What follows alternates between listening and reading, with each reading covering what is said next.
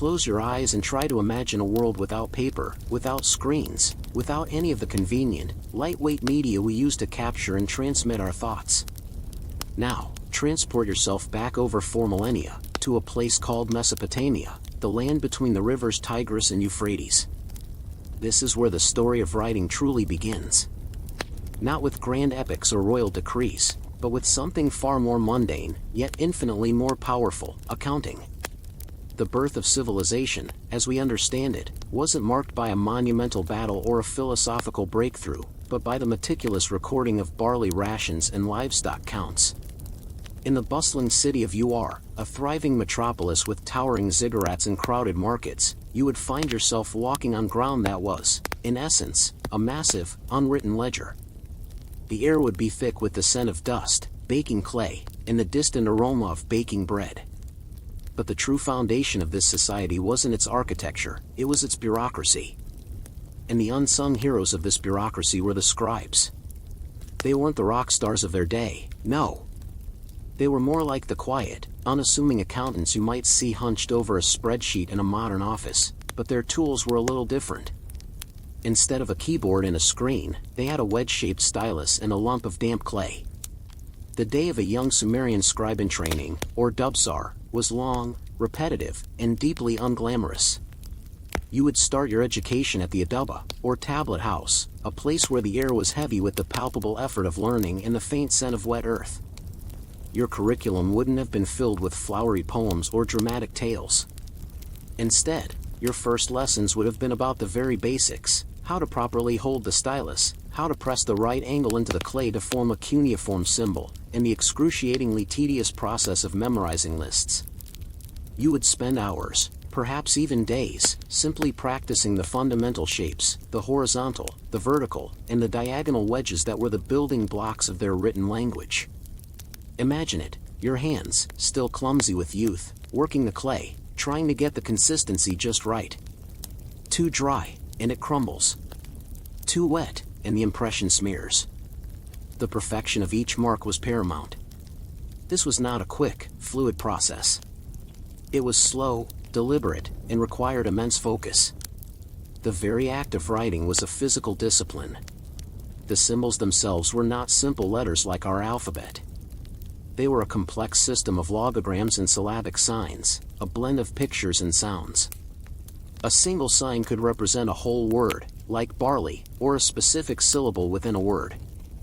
It was a cognitive exercise of the highest order. This was the quiet, monotonous crucible where the first administrative geniuses were forged.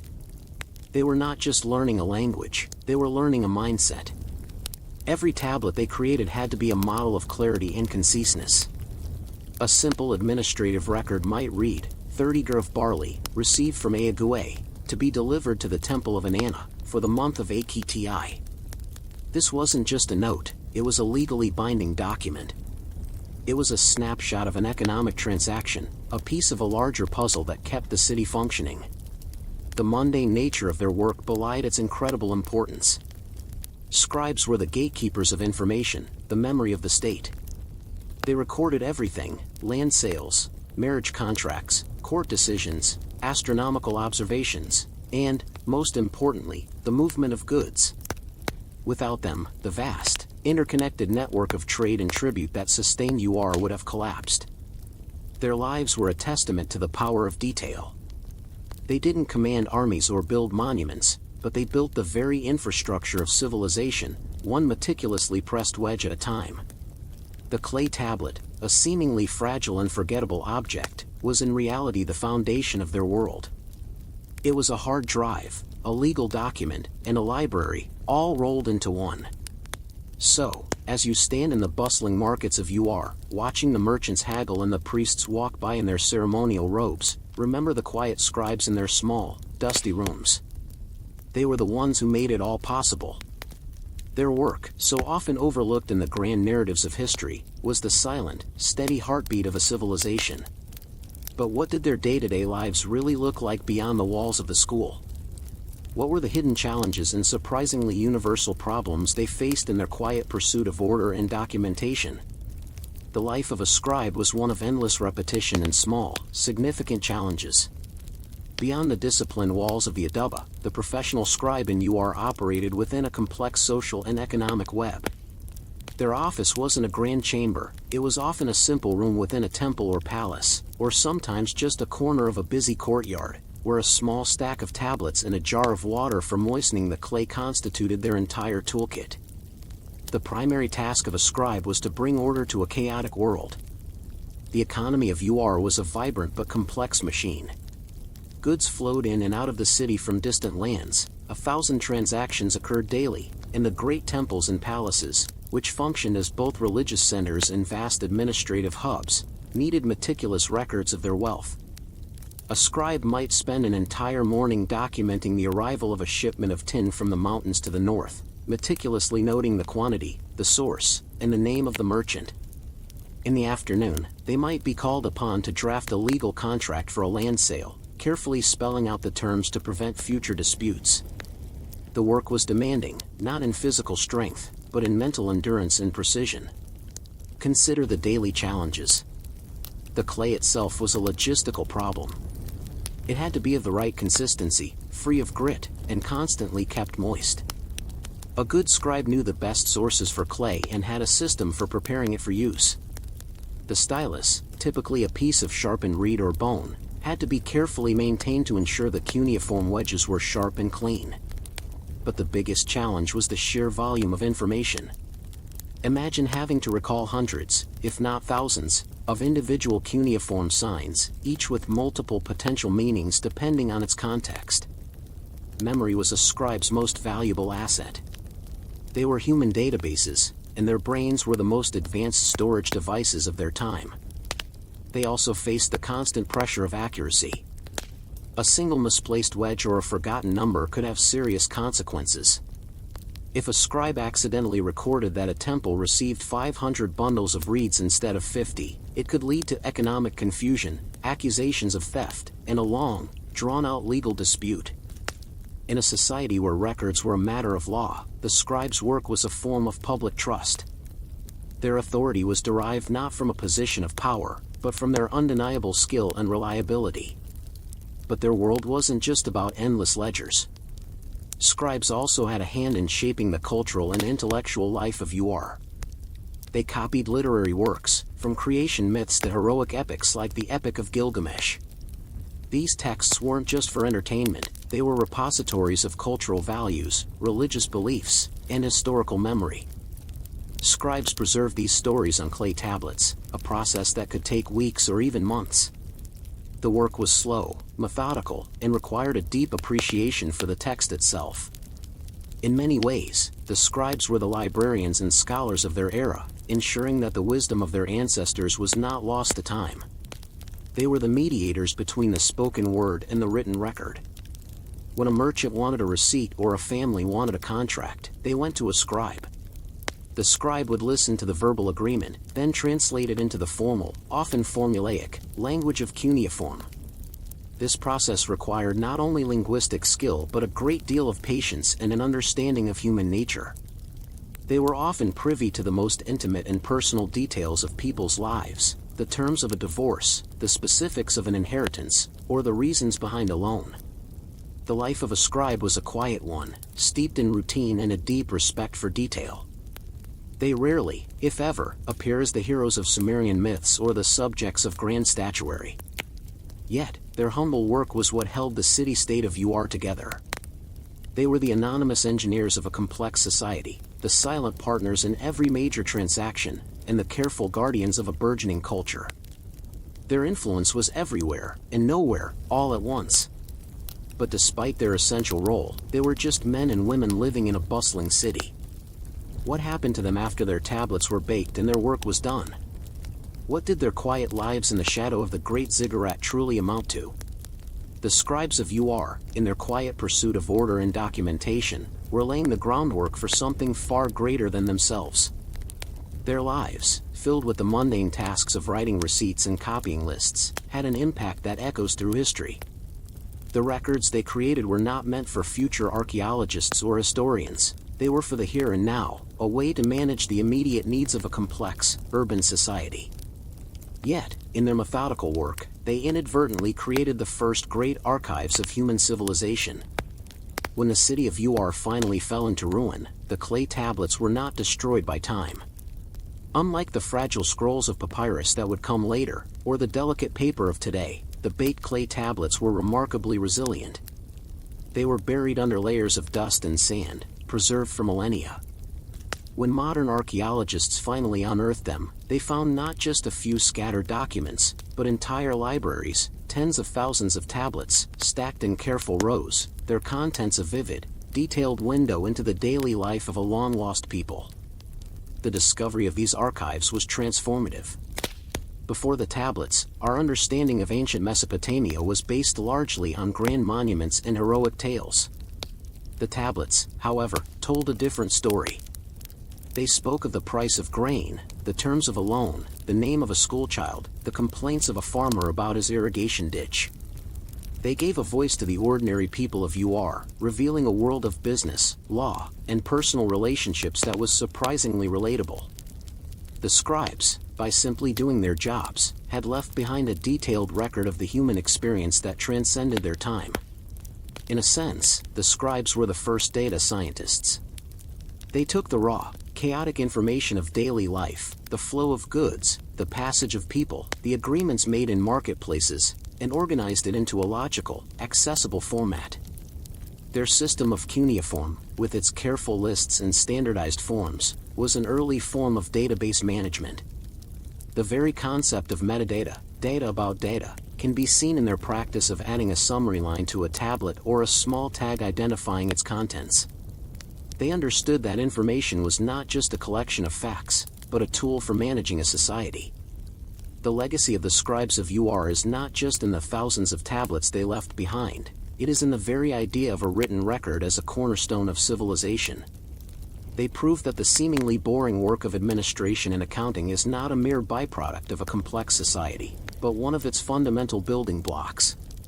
The ability to record and retrieve information reliably is what allows societies to grow beyond small, personal networks into vast, interconnected systems.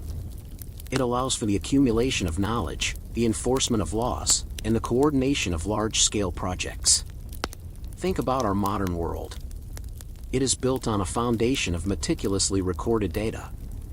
Our economy runs on spreadsheets and databases.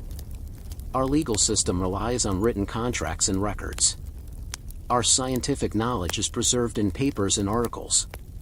Every time you check a bank balance, sign a contract, or even scroll through your social media feed, you are, in a very real way, participating in a lineage that began with a Sumerian scribe pressing a wedge into a lump of wet clay.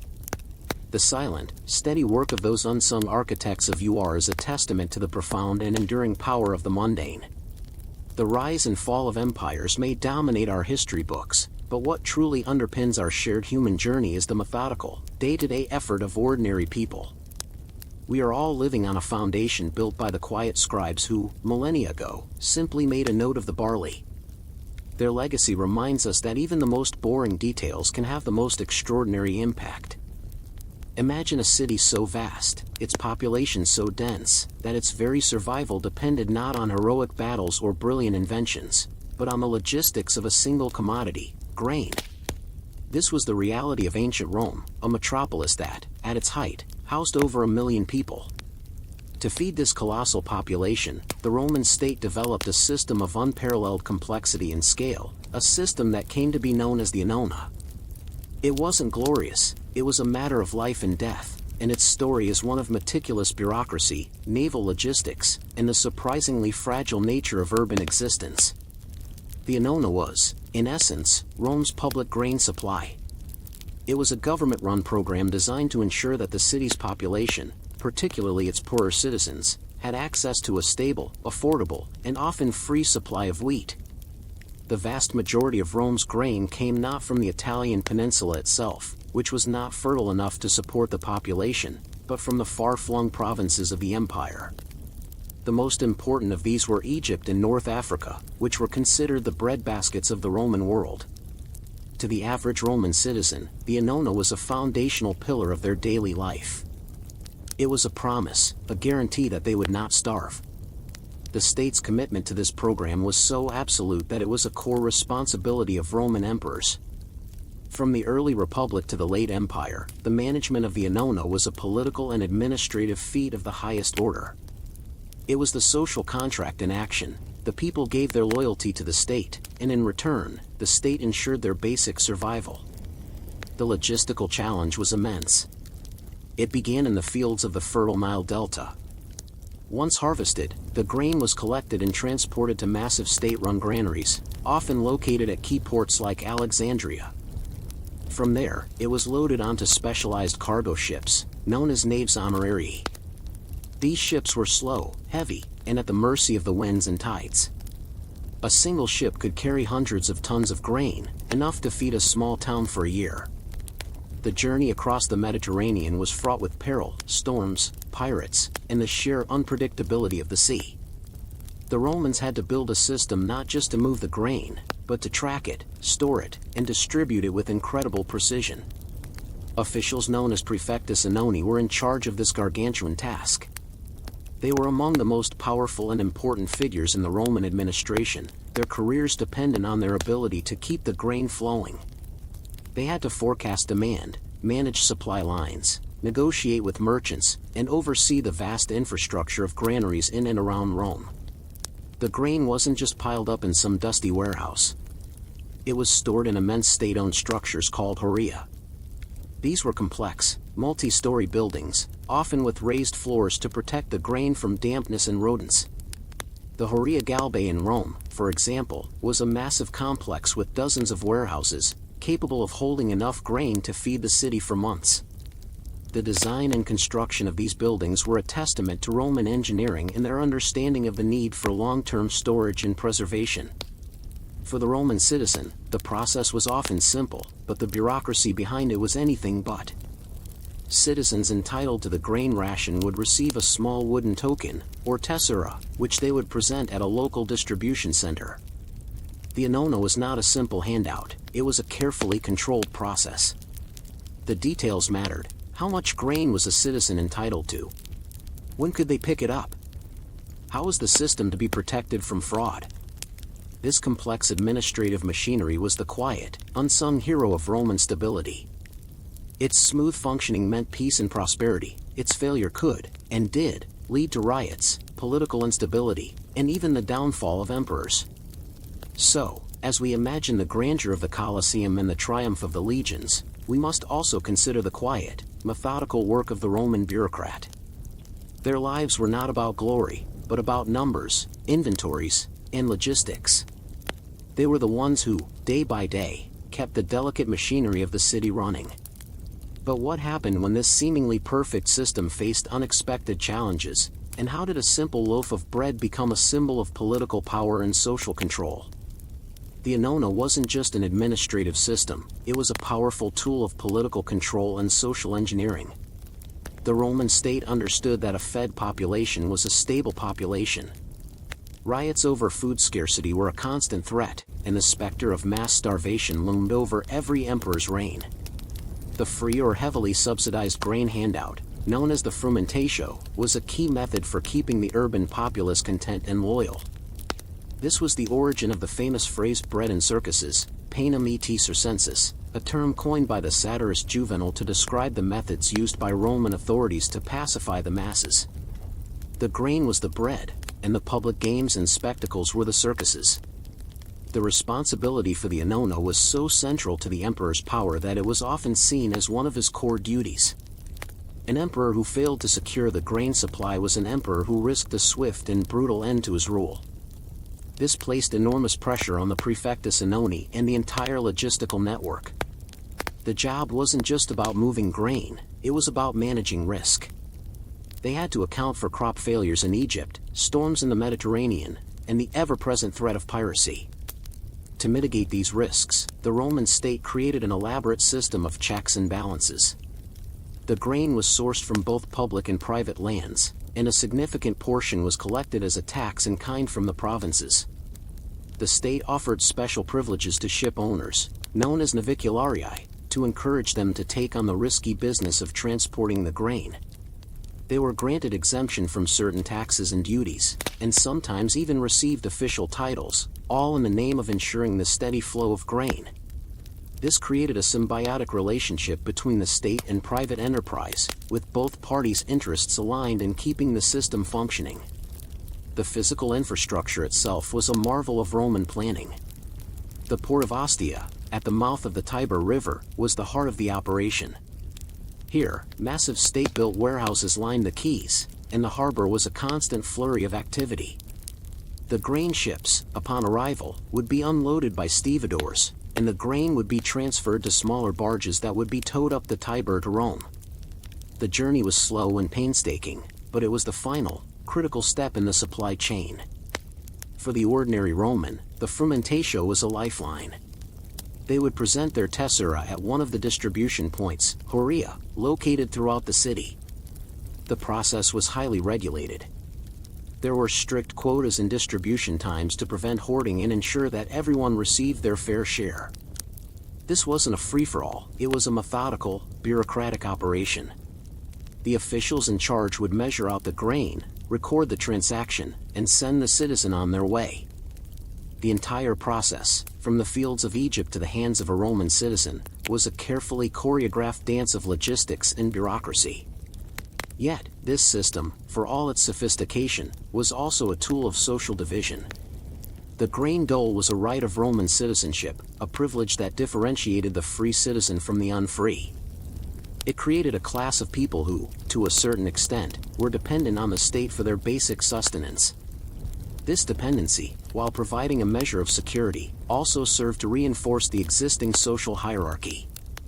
The Romans understood that a man with an empty stomach is an unpredictable man, and a predictable population, even if it was a poor one, was a population that could be more easily controlled. The Annona, in this sense, was both a benevolent social program and a subtle mechanism of power. But what happened when this complex system of logistics, politics, and social control inevitably began to break down?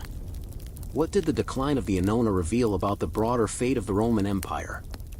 The fall of the Roman Empire is often depicted as a dramatic event of barbarian invasions and military defeat, but in reality, it was a long, slow process of decay, a process that can be seen in the gradual unraveling of the Annona. The system, for all its sophistication, was an incredibly fragile creation, dependent on a stable political structure, a powerful navy to control the Mediterranean, and a functioning bureaucracy to manage the logistics. As these pillars began to weaken, the grain dole, a symbol of Rome's power and a foundation of its social contract, began to crumble. By the 3rd and 4th centuries CE, the Roman Empire was facing a series of profound crises. Political instability led to a rapid succession of emperors, each with a tenuous grip on power. This made long-term planning, so crucial for the Annona, virtually impossible. The state's ability to collect taxes, particularly from the provinces, was also in decline. As the central government weakened, local warlords and corrupt officials siphoned off resources, disrupting the flow of grain at its source. The logistical network itself came under increasing strain. The Roman navy, once the undisputed master of the Mediterranean, was less able to protect the vital grain convoys from pirates and hostile forces. Storms, which had always been a risk, now had a greater impact because there were fewer ships to make up for losses. The sea lanes, once a Roman lake, became dangerous, and the cost of transporting grain skyrocketed. The government, in its desperation, resorted to increasingly desperate measures, such as imposing forced labor and requisitioning private ships, which only alienated the very people whose cooperation they needed. The decline of the Annona had a direct and devastating impact on the lives of ordinary Romans. The grain dole, once a reliable source of sustenance, became irregular and unreliable. When grain supplies failed, the city of Rome, which was no longer a major agricultural center, was hit by famine. Food riots became more frequent and more violent. The social contract between the state and its people was breaking down. The very tool that had once ensured social stability was now a source of conflict. The free distribution of grain was gradually replaced by a smaller, less reliable dole, and the focus of the administration shifted from feeding the populace to simply trying to keep the remaining grain supply from collapsing entirely. The fall of Rome, in a very real sense, was a triumph of the mundane over the magnificent.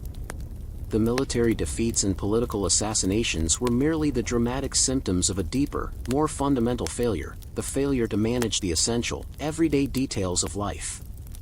The legions may have been defeated on the battlefield, but the city of Rome was already withering from within, its population shrinking as people fled in search of food and stability. The vibrant markets of Ur and the bustling granaries of Ostia, which had once been the quiet engines of two great civilizations, were now just remnants of a forgotten time. The legacy of the Annona is a powerful and sobering lesson in history. It teaches us that the grand narratives of empires and conquests are often just the surface-level effects of far more basic and tedious truths. A society, no matter how powerful or advanced, is fundamentally dependent on its ability to feed its people. The smooth, unglamorous operation of a supply chain, the meticulous work of a bureaucrat, and the reliable availability of a single loaf of bread are what truly sustain a civilization. The story of Rome's grain supply is a testament to this fact, a reminder that the most essential functions of a society are also the most boring and the most important. Before the advent of the telephone, email, or any form of instant electronic communication, there was the telegraph. It was a revolution, a quiet one, that fundamentally changed the speed at which information traveled. For most of human history, news could only move as fast as a horse, a ship, or a man could walk.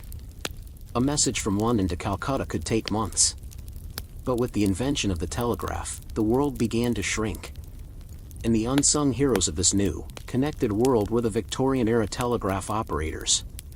Their lives, filled with the monotonous repetition of a key and the constant vigilance over a wire, were the engines of a silent, global revolution. The technology itself, in its earliest form, was surprisingly simple. It was based on Morse code, a system of dots and dashes representing letters, numbers, and punctuation. The operator's main tool was a small brass key, which they would press to create the electric pulses that traveled down the wire.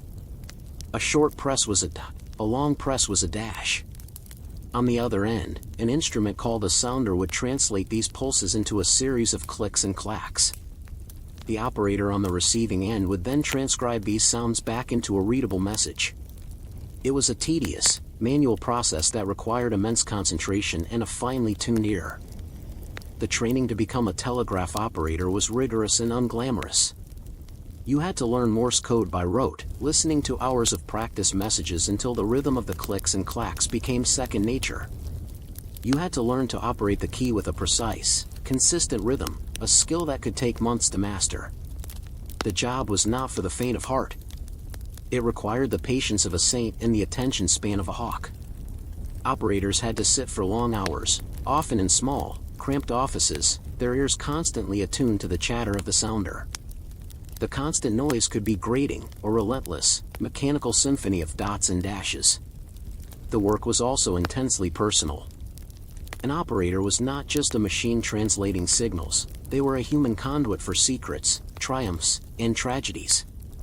They handled news of battlefield victories and losses, the fate of stock markets, and the intimate details of a family's life. A single operator in a small, remote station could be the first person in their town to know about a major event on the other side of the world. Yet, they were bound by strict rules of confidentiality. The contents of the messages they handled were not their own, and discretion was a core part of their professional code. For a young person in Victorian England, especially from a humble background, a job as a telegraph operator offered a path to a respectable, stable career. It was a new profession, one that required skill rather than physical strength. It was a doorway into the burgeoning world of global commerce and communication. Yet, the work itself was a world away from the glamorous image of the telegraph. It was a world of frayed wires, faulty batteries, and the constant, buzzing static of a line in the middle of a storm. The telegraph operator's station, whether in a bustling city or a remote outpost, was the nerve center of a new kind of nervous system. It was the hub through which all information flowed, a quiet but powerful nexus of global communication. But what were the real, day-to-day challenges faced by these silent workers? How did they manage to maintain focus and accuracy in a job that was both monotonous and critically important? The life of a Victorian telegraph operator was one defined by a unique rhythm, a cadence of clicks and clacks that governed their existence. It was a job that, on the surface, seemed tedious, but was in fact a high-stakes performance requiring incredible focus and dexterity. The constant demand for speed and accuracy meant that the job was both physically and mentally taxing. An operator's wrist and hand could develop a chronic condition known as operator's cramp from the repetitive motion of pressing the key. But the more significant toll was on the mind. The operator had to maintain a state of constant, low-level vigilance. The sounder's chatter was relentless, and amidst the noise, they had to pick out the distinct pattern of dots and dashes that formed their message. This wasn't a passive act, it required active listening and immediate translation. A momentary lapse in concentration could mean a missed character, a garbled word, or a completely lost message. In a world where messages were often of critical importance, stock prices, military orders, or emergency medical requests, such an error could have dire consequences. Beyond the technical skills, the job also required a deep understanding of human communication. Messages were often sent in a kind of telegraphic shorthand, with unnecessary words omitted to save on transmission costs. The operator had to be able to fill in the blanks, to understand the context of the message from just a few key words. For example, a message reading "Arrive 3 p.m. today" had to be interpreted as "I will arrive at 3 p.m. today." This required a certain level of intuition and an intimate familiarity with the people and institutions they served. The telegraph office itself was a unique environment. It was a place of quiet concentration, punctuated by the rhythmic, percussive sounds of the sounders. The air might be thick with the smell of ozone from the batteries and the faint scent of oil from the mechanical components. In a busy office, the cacophony of multiple sounders could be overwhelming, a symphony of competing clicks and clacks. Operators had to be able to tune out the noise from their colleagues and focus solely on their own message. It was a skill akin to a musician in an orchestra, able to focus on their own part while surrounded by 100 other instruments. The social life of the telegraph operator was also unique. They were part of a silent, global fraternity. They often communicated with operators they had never met, separated by thousands of miles of wire. They developed a unique professional camaraderie, a shared understanding of the rigors of their work. They had their own jargon, their own codes of conduct, and their own stories of heroic efforts and humorous mishaps. When a line went down in a storm, they were the ones who had to go out and find the break, often in terrible weather, to reconnect the network. Their work was not just in the office, it was out in the field, a physical and often dangerous job that was a far cry from the quiet office work for which they are known. In a world still largely disconnected, the telegraph operator was a central, if unsung, figure. They were the human nervous system of an increasingly interconnected world. They held a unique position of being a witness to history in real time, yet were expected to remain silent about what they saw and heard. Their job was not to be the star, but to be the invisible link, the conduit through which a new era of global communication was being forged. But as this new age dawned, what became of these silent servants of the wire, and how did their tedious, repetitive work lay the groundwork for our own instantaneous world? The Victorian telegraph operator, a figure so central to the information age of their time, ultimately found their role in the silent service eclipsed by the very forces they helped unleash. The technological advancements that followed the telegraph, namely the telephone and later, the teletype and internet, slowly rendered their unique skills obsolete. The manual, human-driven process of Morse code gave way to automated systems that could transmit messages faster, with greater accuracy, and without the need for a human intermediary. The clicks and clacks that had once been the soundtrack of a new age were replaced by the hum of machines and the static of a new kind of electronic chatter. The decline of the telegraph operator was not a sudden event. It was a gradual fading of a profession as the world embraced new technologies. The skills they had spent years perfecting, the ability to read the rhythm of the sounder, the perfect cadence of their sending hand, became relics of a bygone era. Many operators, being adaptable and technically minded, transitioned to these new fields, becoming telephone switchboard operators or technicians for the burgeoning network of wires and cables. Their silent service may have ended, but their expertise in managing complex communication networks was invaluable to the next generation of technology. Yet, their legacy extends far beyond a simple career transition. The work of the telegraph operators was instrumental in creating the very idea of a global, interconnected world. Before the telegraph, a country's identity was largely defined by its physical borders. News of events in far-off lands could take weeks or months to arrive, making them seem distant and abstract. The telegraph changed this. It created a shared, real-time experience of world events. A war in a distant land was no longer just a rumor, its battles could be followed day by day, victory by victory, from the comfort of a London sitting room. The telegraph, and the operators who ran it, created the first true global nervous system. Their methodical, repetitive work also laid the groundwork for the modern information economy. They were the pioneers of data transmission, the first to grapple with the challenges of bandwidth, network reliability, and information security. The strict codes of confidentiality they followed are the ancestors of modern privacy protocols. The need for precise, accurate communication that was instilled in them is a core principle of every digital network we use today. The story of the telegraph operator is a quiet reminder that the grand sweep of history is often driven by the small, monotonous tasks of everyday life. We tend to remember the inventors and the entrepreneurs, the bold figures who create new technologies. But we often forget the silent servants, the telegraph operators, the scribes, the Roman grain distributors, who make those technologies function.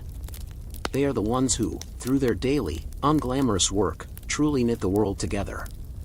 The legacy of the silent service is in every instant message, every email, every piece of data that travels across the globe in a fraction of a second. It is a testament to the fact that the most profound changes in human history are often the result of the quiet, deliberate, and deeply boring work of ordinary people. Transport yourself to the cold, quiet halls of a medieval monastery in the heart of Europe. The year is somewhere in the 13th century. Outside, the world is a chaotic, agricultural landscape of feudal obligations and endless cycles of planting and harvest. But inside, a different kind of labor is taking place, a slow, meticulous, and profoundly unglamorous process that was the bedrock of Western intellectual life, the copying of manuscripts.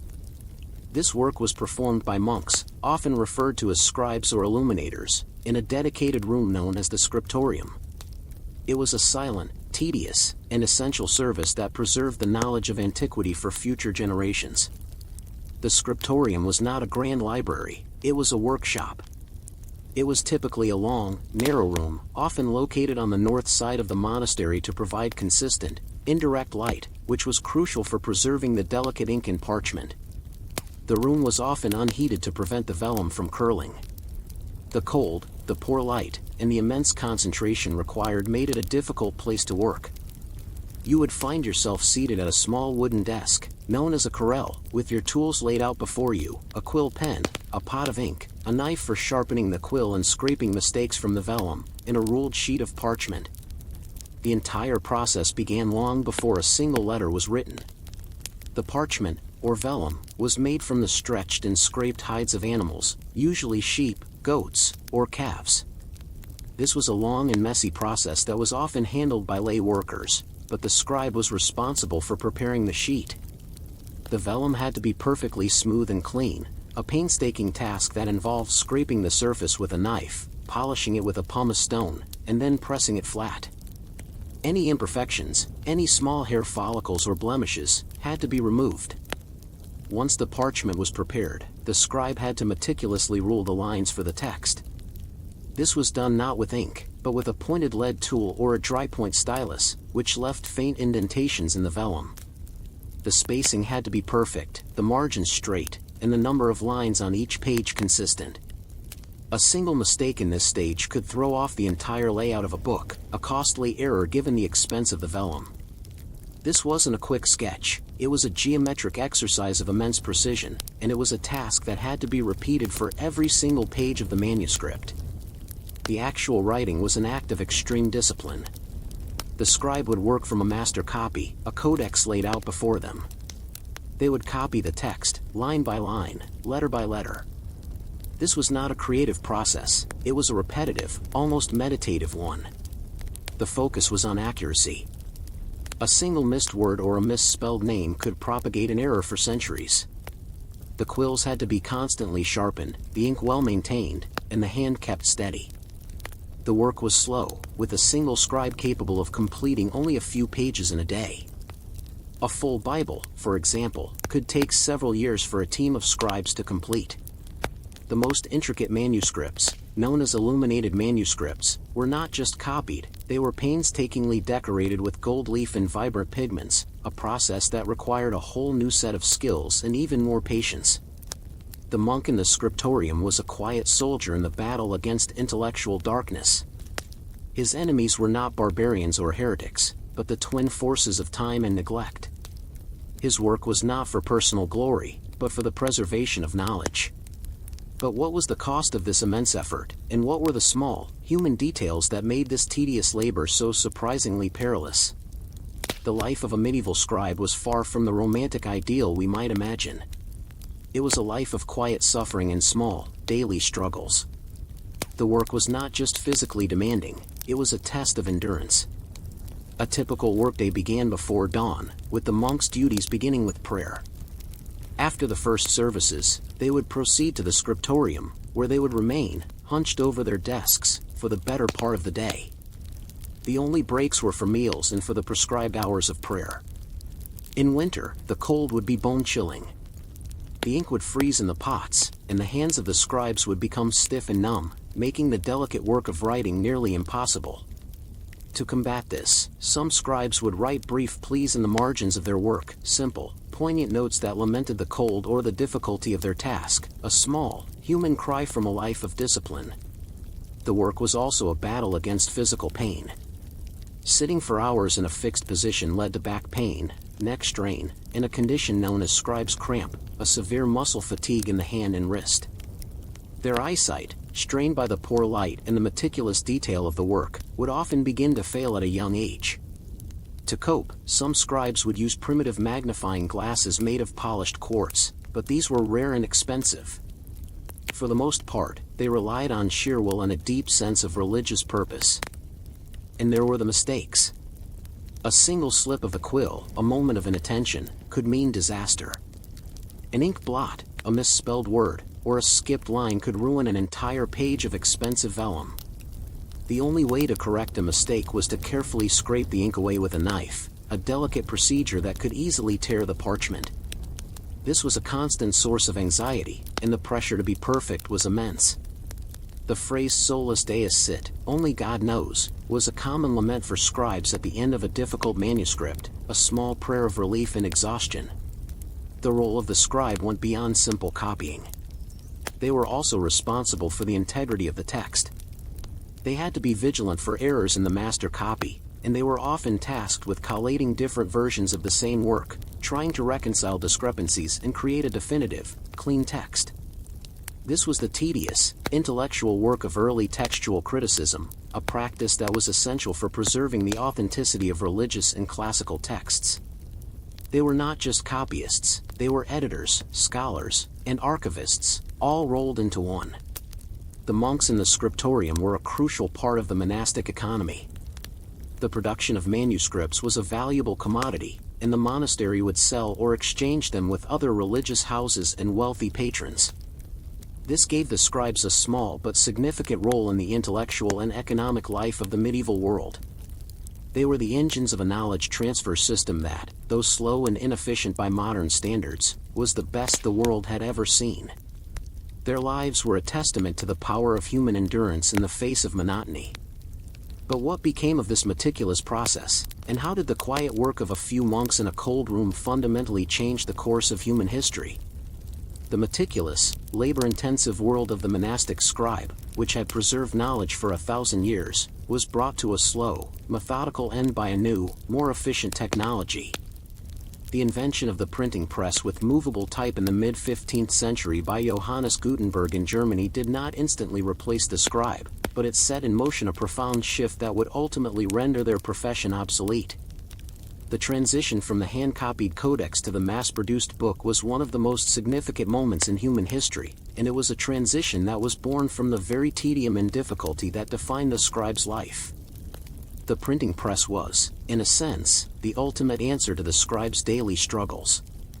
It was a machine that could replicate pages with perfect consistency, eliminating the fear of human error. It could produce dozens, and later hundreds, of copies in the time it took a single scribe to complete one.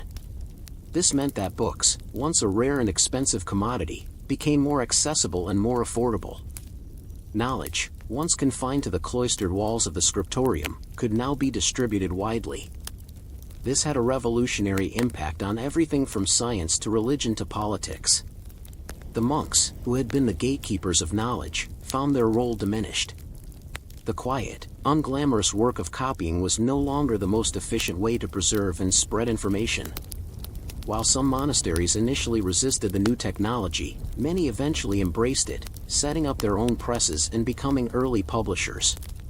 The skill of the scribe was still valued, but it was now applied to a different kind of work, editing and preparing texts for print, or creating the initial handwritten copy from which the movable type would be set. The legacy of the scribe, however, is not just in the millions of pages they saved from oblivion. It is also in the very structure of the modern book. The layout of the pages, the use of margins, the careful organization of the text, all of these conventions were developed by the scribes in their scriptoria and were carried over to the printing press. The principles of clarity, consistency, and accuracy that they had toiled over for centuries became the foundational standards of the publishing industry. In a way, the printing press simply automated the meticulous process that the scribes had perfected. The story of the monastic scribe is a powerful testament to the value of boring labor. Their lives, filled with cold, cramps, and endless repetition, were the silent engines that powered the Renaissance and the Reformation. Without their diligent, unglamorous work, the literary and scientific achievements of Greece and Rome might have been lost forever. The great thinkers of later centuries, from Shakespeare to Newton, built their ideas on a foundation of preserved texts that were hand-copied by anonymous monks. This is the great, unacknowledged truth of history, that the most profound and revolutionary changes are often preceded by long periods of quiet, methodical, and deeply unromantic work. The scribe's struggle with a freezing scriptorium or a slipped quill is a reminder that the preservation of knowledge is not a grand, heroic tale, but a story of human endurance, one meticulous letter at a time. The world we live in, a world where information is instantly available, is built on the patient, unglamorous work of these quiet guardians of the written word. To understand the London of the mid-19th century is to understand the absolute chaos of its sanitation. This was not a city of picturesque cobblestone streets and quaint gas lamps. It was a city of waste, filth, and a constant, pervasive stench. The Thames River, the very lifeblood of the metropolis, was not a clean waterway, but a vast, open sewer. This was the era before modern plumbing, when households and businesses would simply dump their raw sewage directly into the river or into crude cesspools that were often left to overflow into the streets. The problem was not just a matter of unpleasant odors, it was a public health catastrophe. The city's infrastructure was completely unprepared for its rapid population growth. From the late 18th century, London's population had exploded, reaching over 2.5 million by the 1850s.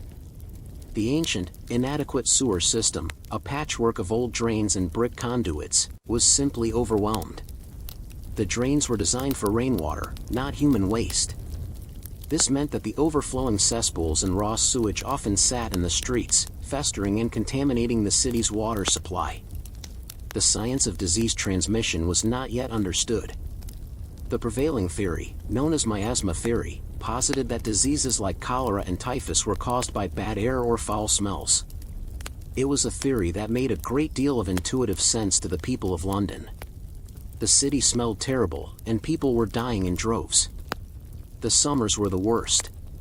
The heat would cause the filth in the streets and the Thames to ferment and putrefy, releasing a stench so overpowering that it was known as the Great Stink of 1858. The smell was so bad that it reached Parliament, a building located right on the banks of the Thames. For weeks, the politicians were unable to work, and their debates were punctuated by a constant, nauseating odor. Curtains were soaked in chloride of lime to try and mask the smell, but to no avail. This was the moment that forced the British government to finally confront the city's sanitation crisis. It was a problem that had been ignored for decades, but the smell, a sensory and undeniable assault, made it impossible to ignore any longer. The public health consequences of this neglect were devastating. London experienced a series of cholera epidemics, the most famous of which occurred in 1854. Dr. John Snow, a physician, famously mapped the deaths in a neighborhood and traced the source of the outbreak to a single public water pump, proving that the disease was waterborne, not airborne.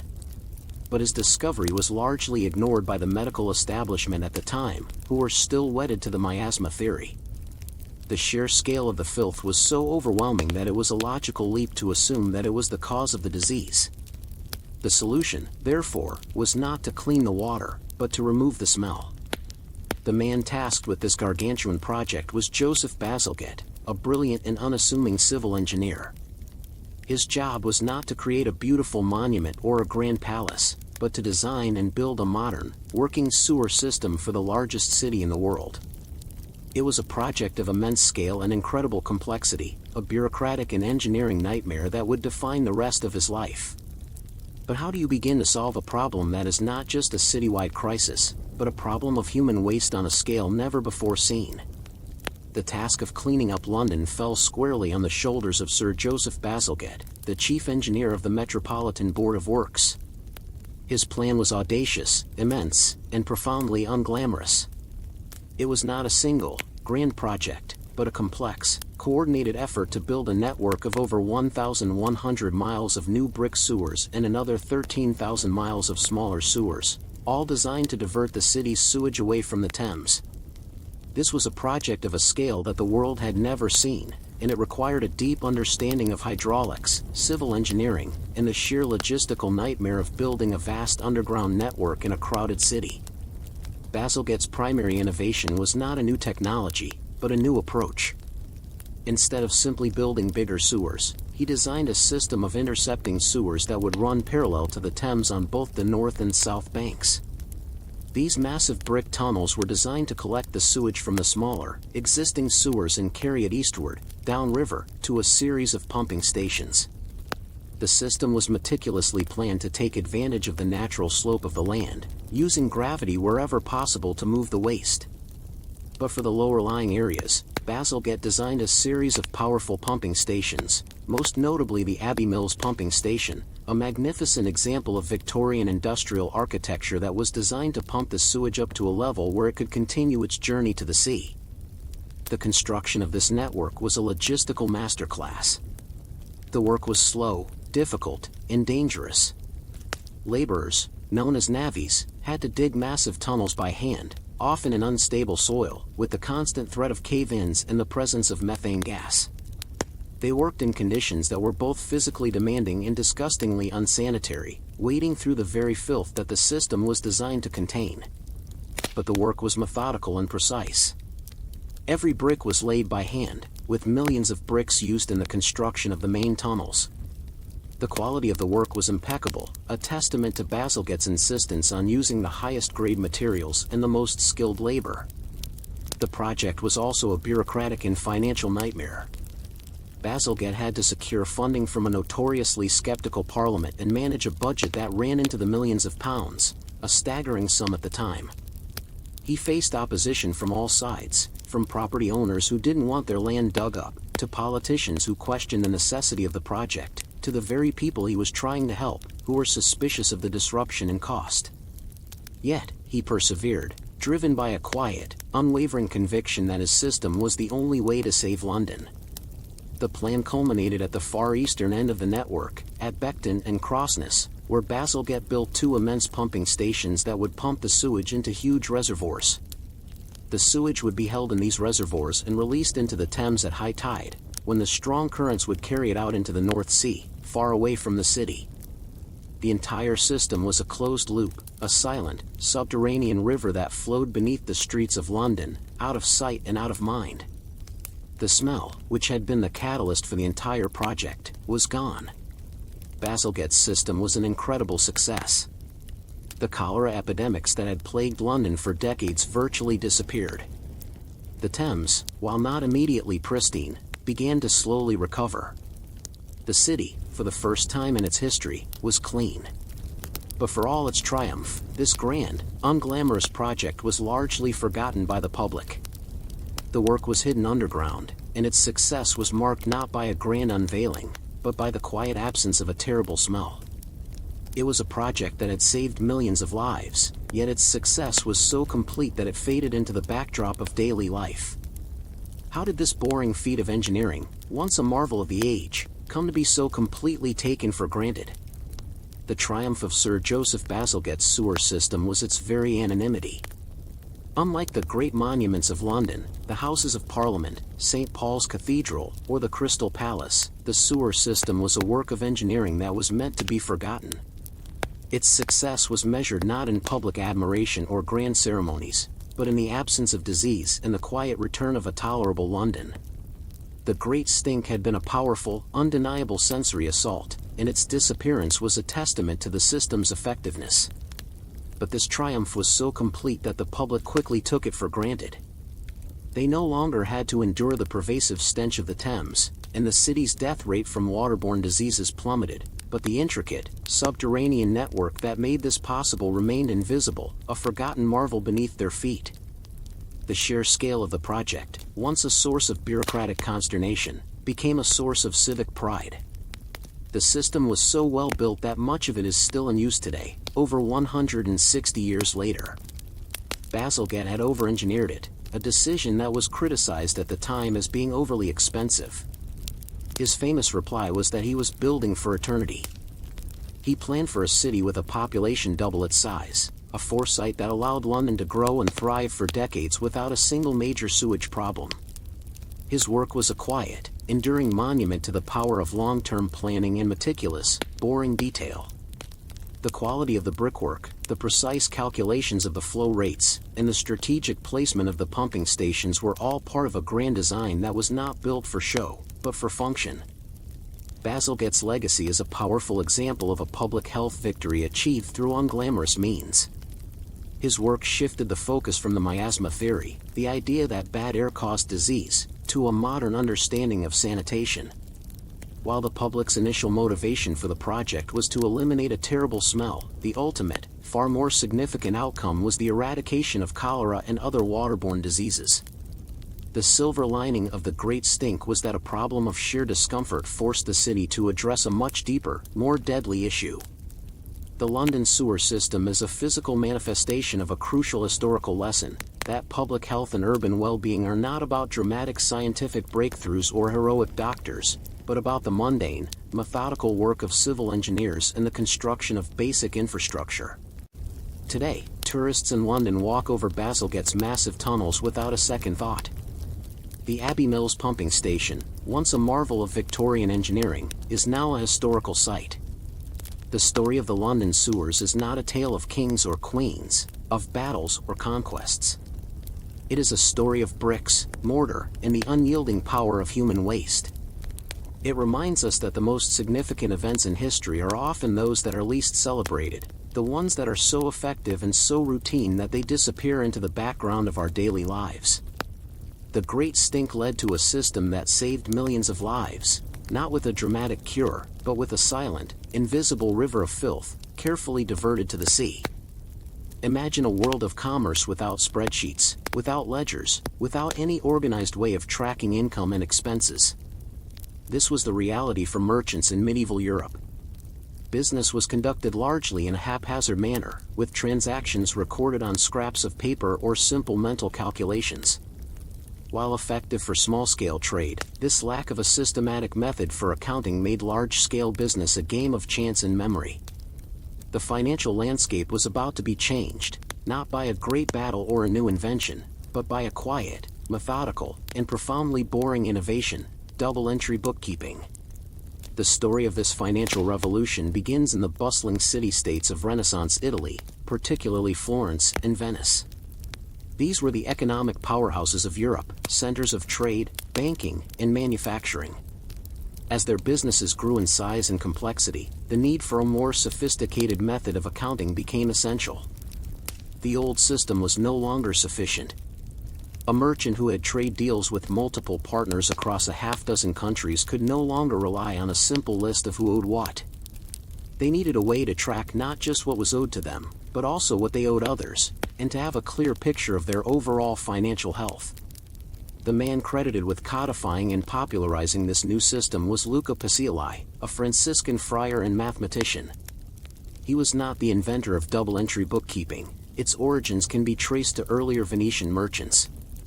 However, Pacioli was the first to write a comprehensive, published description of the system in his 1494 book, Summa de Arithmetica, Geometria, Proportioni et Proportionalita, Summary of Arithmetic, Geometry, Proportions, and Proportionality. While the book covered a wide range of mathematical topics, the section on bookkeeping, titled De Computis et Scripturis, on calculations and writing, became its most enduring legacy. Pacioli's system was based on a simple, elegant principle: for every financial transaction, there must be a debit and a credit. Every entry in the ledger was made twice, once as a debit and once as a credit. For example, if a merchant sold a bale of wool for 10 gold ducats, he would make 2 entries: a debit of 10 ducats in his cash account, an increase in cash, and a credit of 10 ducats in his wool account, a decrease in inventory. The core concept was that the two sides of every transaction had to be in balance. This ensured that the ledger was always a complete and accurate reflection of the business's financial state. It was a self-correcting system. If the debits and credits didn't balance, the merchant knew there was a mistake somewhere in their calculations. This may sound incredibly simple to us today, but in the 15th century, it was a profound innovation. It provided merchants with a clear, bird's-eye view of their finances. They could see their profits and losses at a glance, identify which products were most profitable, and keep a close eye on their debts. It transformed accounting from a simple record-keeping task into a tool for financial analysis and strategic planning. It was the invention of a modern business language. But what were the real, day-to-day challenges of implementing this new system, and how did a simple ledger page become a symbol of a new era of commerce? The adoption of double-entry bookkeeping was not a simple switch. For merchants and their clerks, it was a completely new way of thinking about finance. It required a level of precision and diligence that was foreign to the ad hoc methods of the past. The work of a Renaissance bookkeeper was one of quiet, methodical concentration, a world away from the hustle and bustle of the marketplace. They were the unsung heroes of the counting house, their tools a pen, ink, and a large, leather-bound ledger. The first challenge was learning the system itself. Pacioli's treatise was not widely accessible, and the concepts had to be taught and learned through practice. A merchant would hire an apprentice to work as a bookkeeper, and the young person would spend years learning the rules of debits and credits by rote. They had to learn to categorize every transaction correctly, distinguishing between cash accounts, inventory, and accounts receivable. A single misplaced entry could throw the entire ledger out of balance, and finding the error could be a painstaking process of going back through hundreds of pages of records, line by line. The ledger was a work of art in itself. It had to be meticulously maintained, with neat, legible handwriting and precise columns. Erasures were forbidden. Any mistake had to be carefully crossed out and corrected with a new entry, a practice that ensured a clear paper trail and prevented fraud. The bookkeeper had to be a person of scrupulous honesty, as they were the sole guardian of the business's financial health. Their integrity was as important as their skill. The double-entry system provided a clarity that had never before been possible. A merchant could now, at any moment, calculate their exact profit and loss by simply comparing the total debits to the total credits. They could see which ventures were profitable and which were not, and make informed decisions about future investments.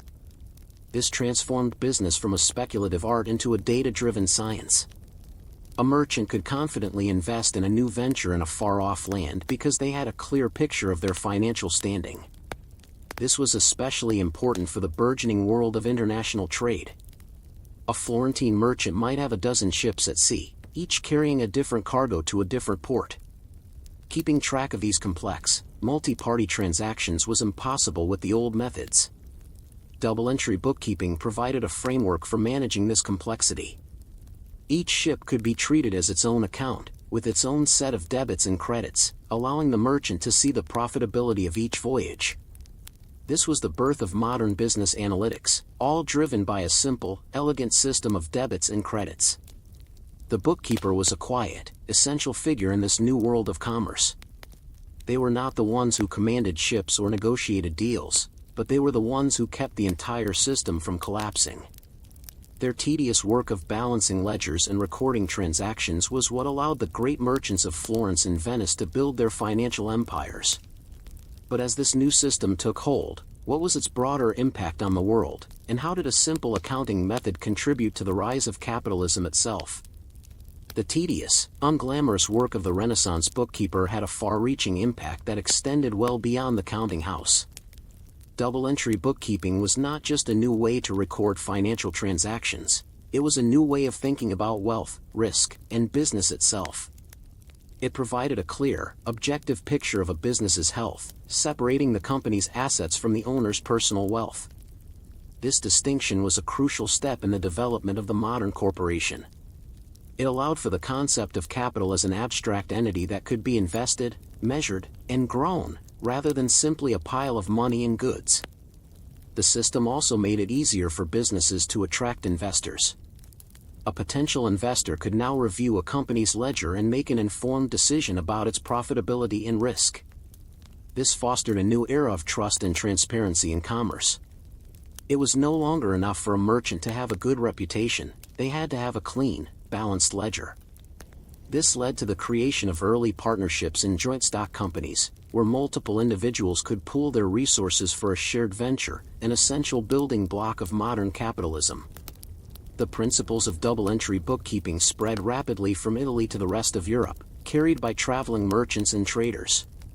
It became the lingua franca of finance, the universal language of commerce. By the 17th century, it was a standard part of business education in major European cities. Its influence can be seen in the rise of the great trading companies, such as the Dutch East India Company and the British East India Company, which used sophisticated accounting to manage their vast global empires. The detailed, meticulous work of a single bookkeeper in a quiet office was what enabled these immense, multinational corporations to function. The story of Luca Pacioli and the invention of double-entry bookkeeping is a testament to the profound power of a boring, technical innovation. It reminds us that revolutions are not always loud and violent. Sometimes, they are quiet, methodical, and happen in the pages of a ledger. The meticulous work of a bookkeeper, balancing debits and credits, was what ultimately provided the intellectual and financial framework for the rise of capitalism. It gave the world a new tool for managing complexity, a tool that was essential for the transition from a feudal economy based on land to a modern economy based on capital and trade. The legacy of this system is everywhere today, from the spreadsheets used by Fortune 500 companies to the financial apps on our phones. Every time a business calculates its profit, every time a bank gives a loan, and every time a stock is traded, we are using the fundamental principles that were codified in a Renaissance friar's book. The boring, tedious work of accounting, once a quiet revolution, is now the invisible foundation of our entire global financial system. For most of human history, a map was a work of art and imagination as much as it was a tool for navigation. They were often beautiful, adorned with sea monsters and mythical creatures, but they were rarely accurate. The world was a place of vague, imprecise distances and uncertain boundaries. It was the rise of modern cartography, a science of meticulous measurement and tedious observation, that fundamentally changed our understanding of the globe. This was a revolution not of grand exploration, but of quiet, methodical, and profoundly boring surveying. The unsung heroes of this transformation were the early surveyors and cartographers, the men who, one precise measurement at a time, literally redrew the world. The work began on the ground. Before a single map could be drawn, the land had to be measured. This was the job of the surveyor, a job that required an immense amount of patience, a keen eye for detail, and a tolerance for physical discomfort. Their tools were simple by modern standards, a theodolite for measuring angles, a chain or tape measure for distances, and a notebook for recording data. The work was slow. A team of surveyors would move across a landscape, setting up their equipment on a hill, a field, or a city street, and meticulously measuring the angles and distances between a series of predetermined points. This process, known as triangulation, was the bedrock of modern surveying.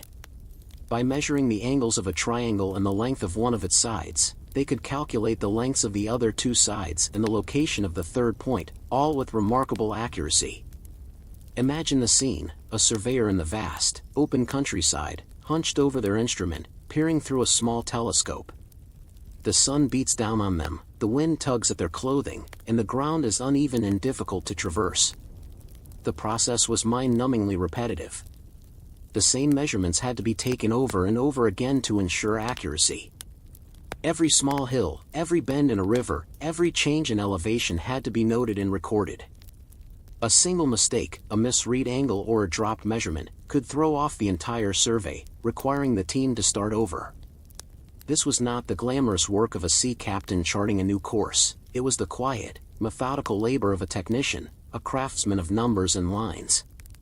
The data, once collected, was then passed on to the cartographer, the person who would take the raw measurements and translate them into a coherent, readable map. This was a different kind of tedious work, but no less important.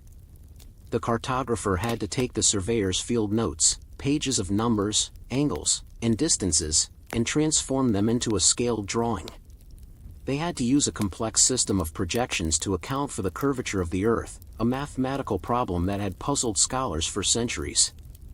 Their tools were a compass, a straightedge, and a meticulous, steady hand. The maps they created were not for show, they were for practical use. They were used for land ownership, for military strategy, and for the planning of canals, roads, and railroads. They were the essential infrastructure of an industrializing world, a world that was becoming increasingly dependent on a precise understanding of its geography.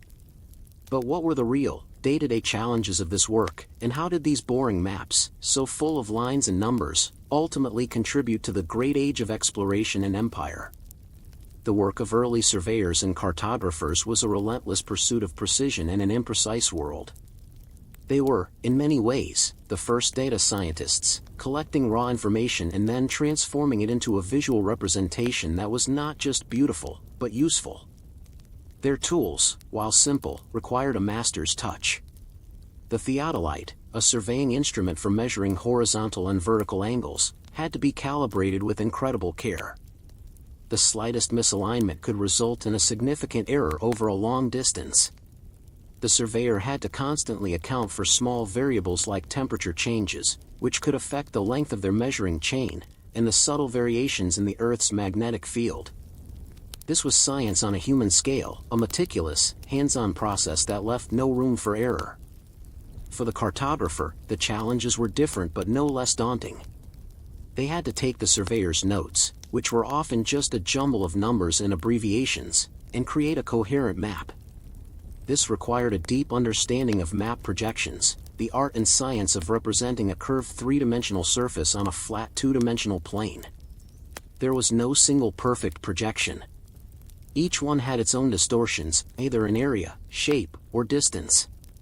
The cartographer had to choose the right projection for the job, whether it was for a nautical chart that preserved true compass bearings or a land map that maintained accurate distances. This was a complex mathematical problem that they solved with nothing more than a compass, a straightedge, and their own intellect. The work was also a battle against the elements and the limitations of their own materials. The maps were often drawn on large sheets of paper or vellum, which could warp with changes in humidity. The ink had to be of the highest quality to prevent smudging, and the lines had to be drawn with a steady, unwavering hand. A single blot of ink or a shaky line could ruin hours of work. The early cartographers were not just technicians, they were also artists, their work a blend of scientific rigor and aesthetic precision. Their maps were not just for show, they were critical tools of empire and commerce. A merchant's ability to trade goods with a distant land depended on an accurate map of the sea lanes. A king's ability to wage war depended on a precise map of the enemy's territory. The rise of colonial empires in the 18th and 19th centuries was directly tied to the development of accurate cartography. The men who sailed the seas and conquered new lands were, in a very real sense, following the lines that had been drawn by a quiet, meticulous cartographer working in a dusty office thousands of miles away. The mundane, day-to-day work of these surveyors and cartographers was what made the world knowable. They were the ones who took a vast, mysterious, and chaotic world and imposed a grid of order and reason upon it. They created the first visual language of global geography, a language that we still use today. But as this new age of mapping dawned, what was the ultimate, enduring impact of their tedious work on our modern world? How did their relentless pursuit of a straight line and a true angle shape the very way we see the world? The meticulous, often overlooked work of early surveyors and cartographers fundamentally transformed human society by creating a shared, objective framework for understanding the world. Their tedious work of measuring, triangulating, and drawing lines on paper gave birth to a new way of seeing the world, one based on data and precision rather than on myth and imagination.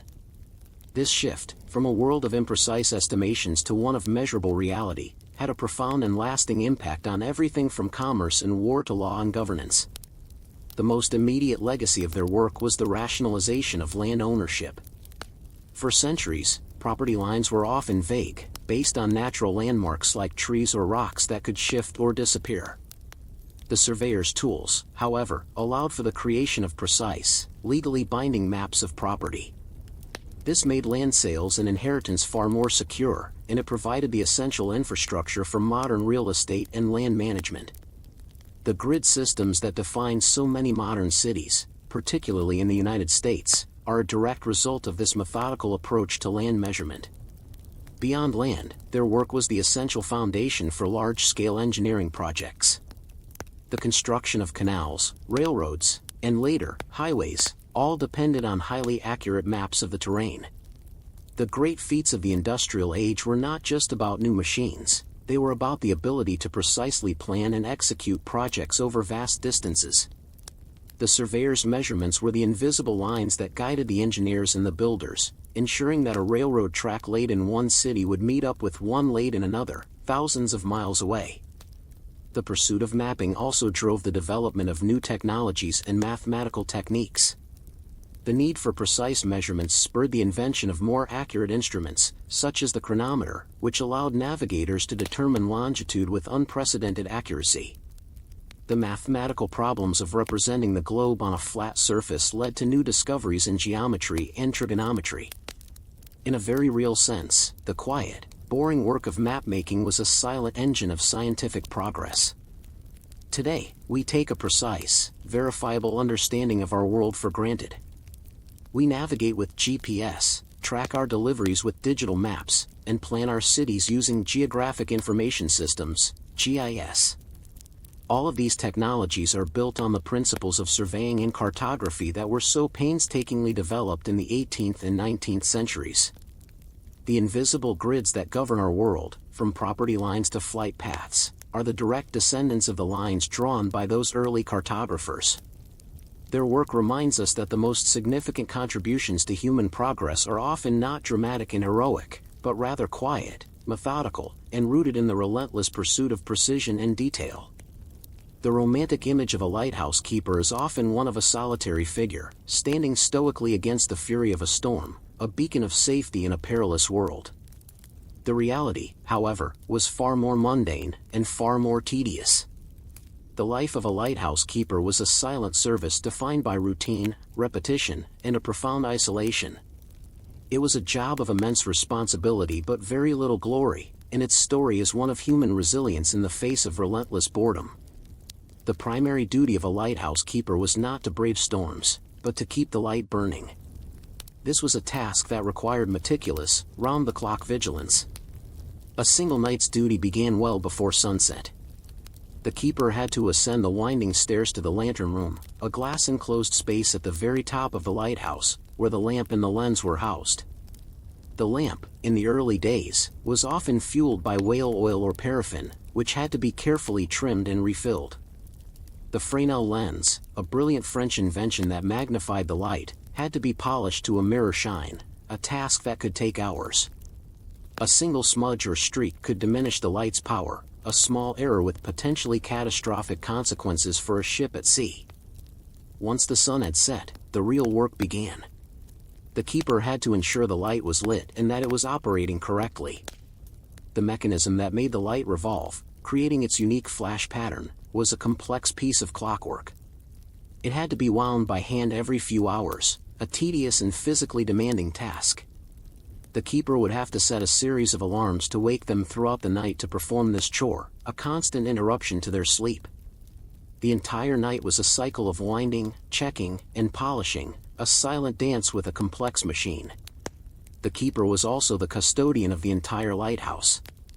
They were responsible for maintaining the building, a constant battle against the corrosive effects of sea air and salt. This meant a daily regimen of cleaning, painting, and minor repairs. The job was not just about the light, it was about the entire structure that supported it.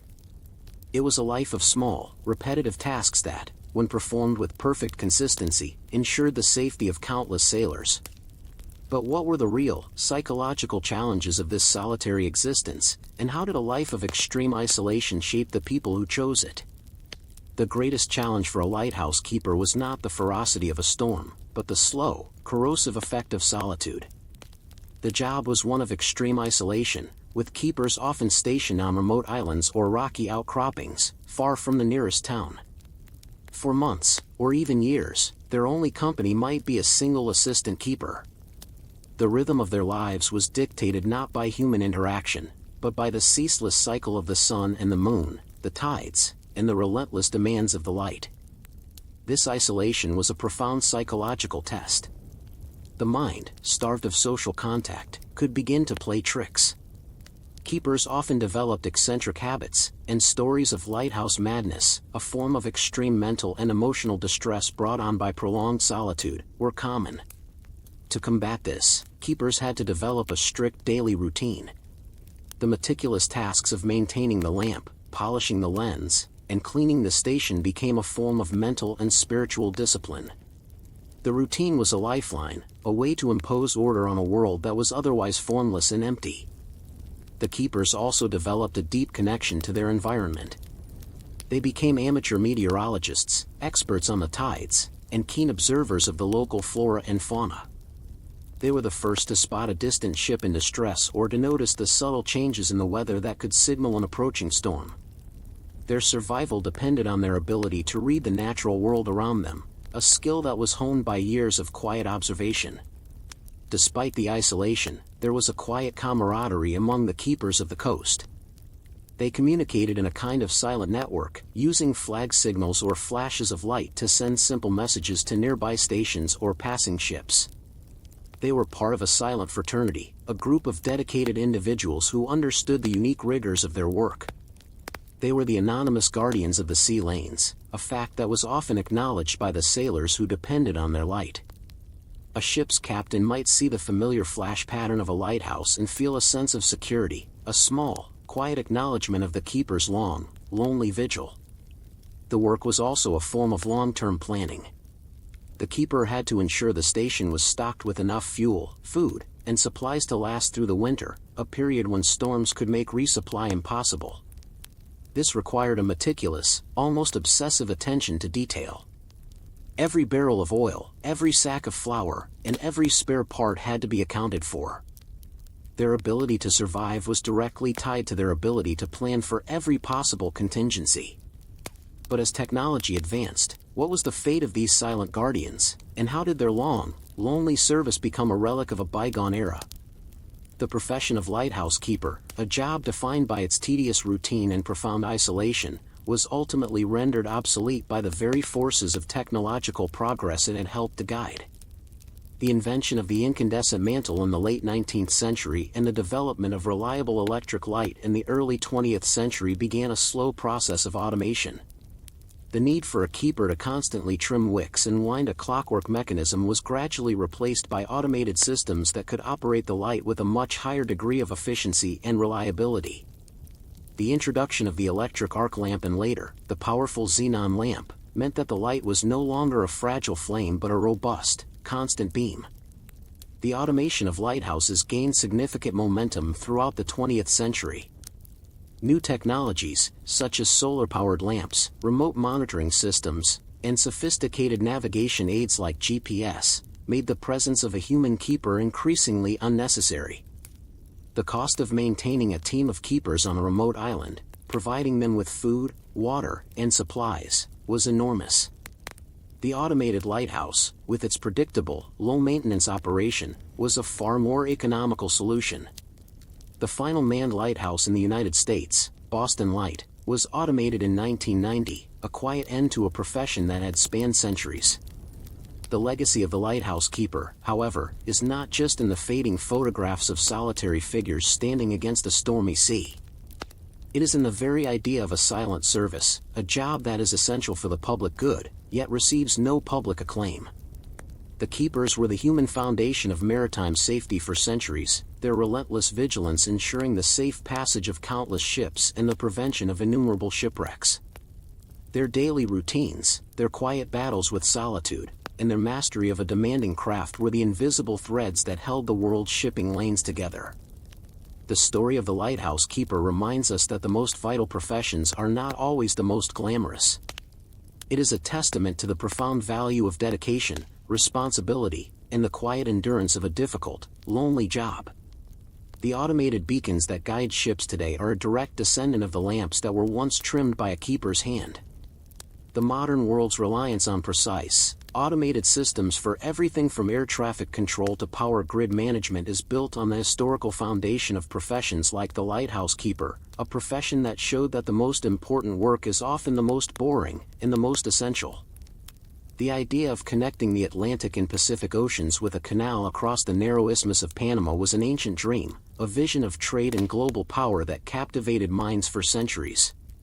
The project, in its final form, was one of the most ambitious engineering feats in human history. But its story is not one of singular triumph, it is a tale of incredible human suffering, political intrigue, and, most importantly, the painstaking, monotonous, and deeply unglamorous work that made it all possible. The first attempt to build the canal was a catastrophic failure led by the French, and its story is a sobering lesson in the limits of grand ambition without a fundamental understanding of the mundane. In 1881, the French company Universelle du Canal Interoceanique, led by Ferdinand de Lesseps, the man who had successfully built the Suez Canal, began construction. De Lesseps was a celebrated hero, a man of grand vision who believed his experience would translate directly to Panama. He envisioned a sea-level canal, a simple, straight cut through the isthmus, much like the Suez. He was a brilliant diplomat and a master of public relations, but he was not an engineer, and he had a fatal lack of respect for the small, tedious details that would ultimately doom his project. The French arrived in Panama with all the confidence of a conquering army, but they were woefully unprepared for the true nature of their enemy, the unforgiving tropical environment. The work itself was slow and excruciating. Laborers, many of them West Indian migrants, had to cut through dense, unforgiving jungle with axes and machetes. The ground was not sand, like in Suez, but a thick, clay-like soil that turned to a soupy mud with the constant, torrential rains. The work was done with steam shovels and small, narrow-gauge railways, but the progress was agonizingly slow. Every cubic foot of earth removed was a victory, but the mudslides and constant rain would often undo days of work in a single afternoon. But the greatest enemy of the French was not the earth, but the mosquito. De Lesseps and his engineers, like most of the medical community at the time, believed in the miasma theory, the idea that diseases like yellow fever and malaria were caused by bad air from the swamps. They had no idea that the real danger was a small, buzzing insect. The laborers died in droves. Yellow fever, with its high fevers, hemorrhaging, and organ failure, swept through the camps. Malaria, while less often fatal, was a debilitating disease that drained the workers of their strength and made a mockery of the work schedule. The death toll was staggering.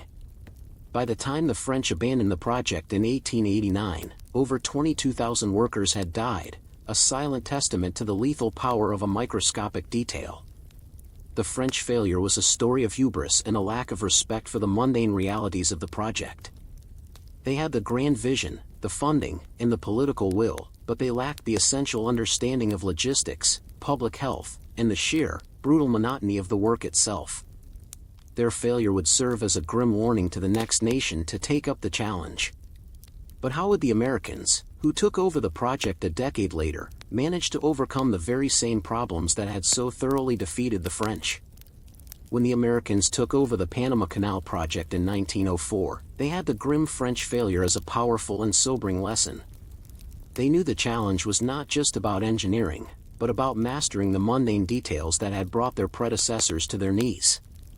The new effort, led by Chief Engineer John Frank Stevens, and later by Colonel George Washington Goethals, was a story of methodical planning, relentless repetition, and, most importantly, a revolutionary approach to public health.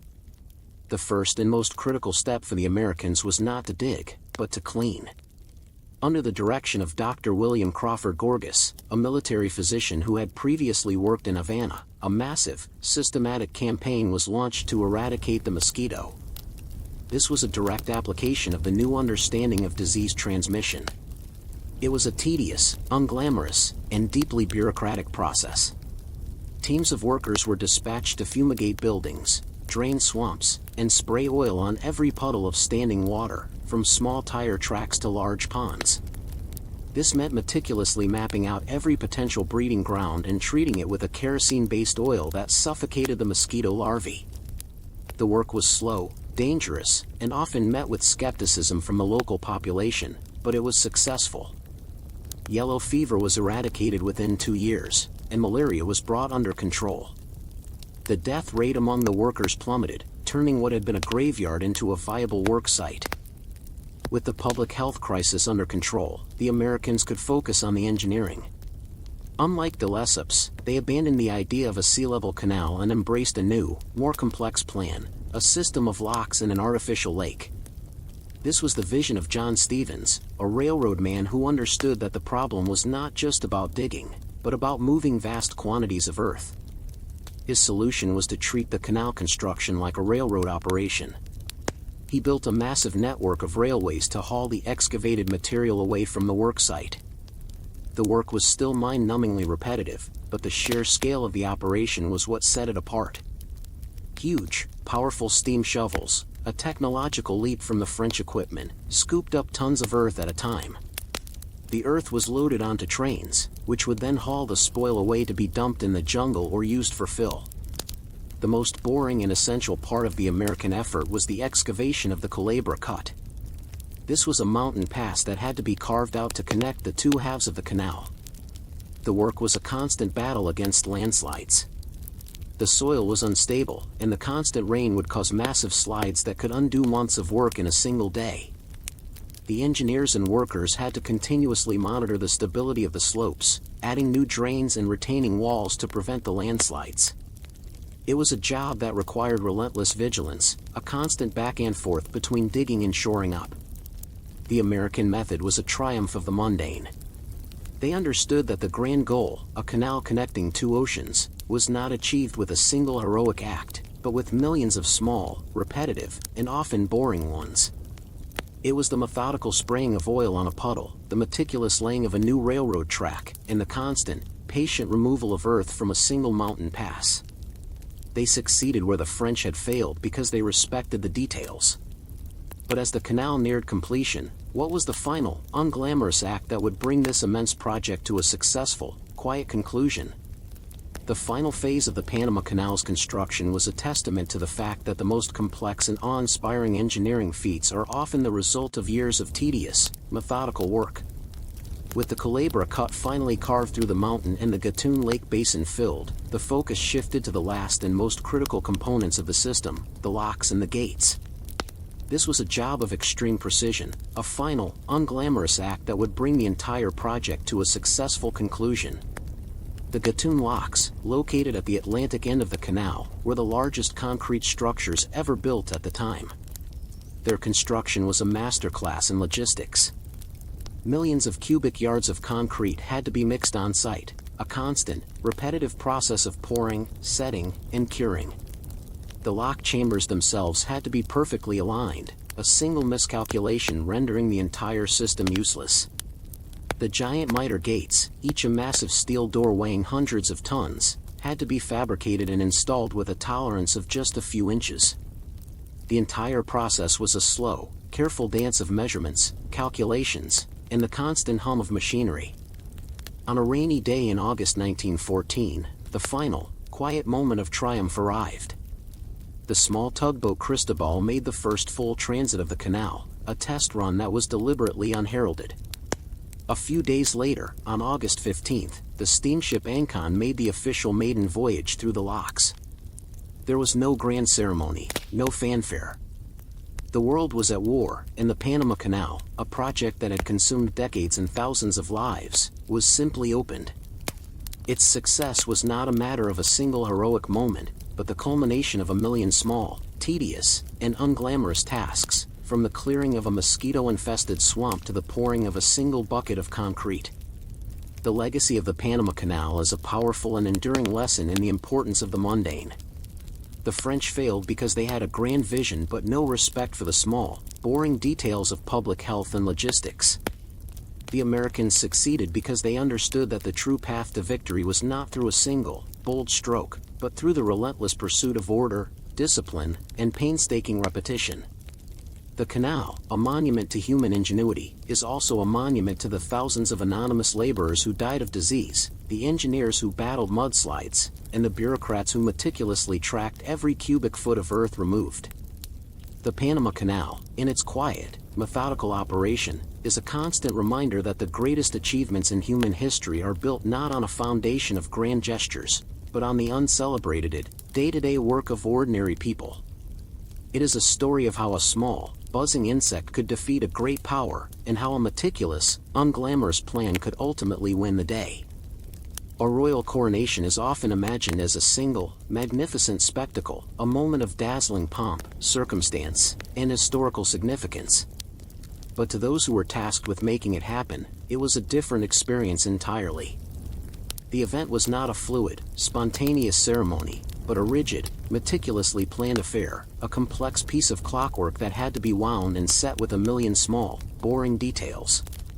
The story of a coronation, from the perspective of the people who made it happen, is a story of bureaucracy, protocol, and the sheer, unglamorous power of tradition.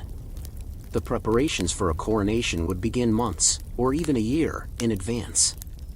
The central figure in this immense undertaking was the Earl Marshal, a hereditary office responsible for organizing royal ceremonies. The Earl Marshal's job was not to be a figurehead, it was to be the chief project manager of a massive, temporary bureaucracy. He had to oversee a host of committees and subcommittees, each responsible for a different, tedious aspect of the ceremony. There was a committee for the music, one for the procession route, another for the seating arrangements in Westminster Abbey, and yet another for the regalia. Every single detail had to be planned and approved. The Coronation Court of Claims, a legal body that would convene before every coronation, was a perfect example of this bureaucracy in action. This court, which often sat for weeks, was not for settling grand disputes, but for deciding who had the right to perform a specific, often obscure, duty during the ceremony. A family might present a claim to hold a particular banner, or to serve the monarch a specific type of dish at the coronation banquet. These claims were often based on ancient feudal rights, and the court had to meticulously review centuries-old documents and precedents to make a ruling. The entire process was slow, dry, and arcane, but it was essential for maintaining the tradition and legitimacy of the event. The coronation procession itself, a grand march through the streets of London, was a logistical nightmare. Every participant, from the highest-ranking duke to the lowliest footman, had a specific place in the procession. The order was based on a rigid system of precedence, and any mistake could be seen as a grave insult. The Earl Marshal and his team had to meticulously plan the route, ensuring that the streets were clear, the crowds were managed, and every single person was in their correct position. The entire procession was a carefully choreographed dance, a slow, tedious movement of people and horses that had to be rehearsed and planned down to the minute. This was the unglamorous reality of a royal coronation. It was a project that relied not on dazzling displays of power, but on the tireless, methodical work of hundreds of people. It was a testament to the power of routine and a deep, unyielding respect for tradition. But what were the small, human details that went into making this grand spectacle a reality, and what was the true, painstaking work of the people who were not a part of the grand procession, but who made it all possible? Behind the glittering facade of a royal coronation lay a complex, unseen machinery of laborers, artisans, and bureaucrats. These were the people whose painstaking, repetitive work ensured that the grand spectacle went off without a hitch. Their lives, for a period of months, were consumed by the meticulous details of a single day. Take, for example, the task of readying Westminster Abbey. The Abbey, a place of immense historical significance, had to be transformed from a place of worship into a temporary throne room. This meant building tiers of seating for thousands of guests, laying down intricate carpets, and erecting the dais where the thrones would sit. This was not a quick job. It involved a team of carpenters, weavers, and decorators, working for weeks in a space that was not designed for this kind of temporary construction. Every piece of wood, every length of fabric, had to be measured, cut, and installed with a quiet precision. Then there was the regalia, the crown, the scepter, the orb, and the other ceremonial objects that were central to the ceremony. These objects were not simply pulled from a vault on the morning of the coronation. They were carefully inspected, cleaned, and, if necessary, repaired by a team of royal jewelers and artisans. This was a task of immense responsibility. A single scratch on the imperial state crown or a loose jewel on the sovereign's scepter could be a major embarrassment. The work was slow, painstaking, and required a deep respect for the historical and monetary value of the objects. The most mundane but perhaps most critical work was that of the catering and hospitality teams. While the coronation banquet was a grand affair, the logistics behind it were anything but. Hundreds of dishes had to be prepared, transported, and served with military precision. The seating arrangements, which were based on a strict hierarchy, had to be memorized by every server. The food itself had to be sourced, cooked, and kept fresh for hours, all while being handled by a team of 100 people.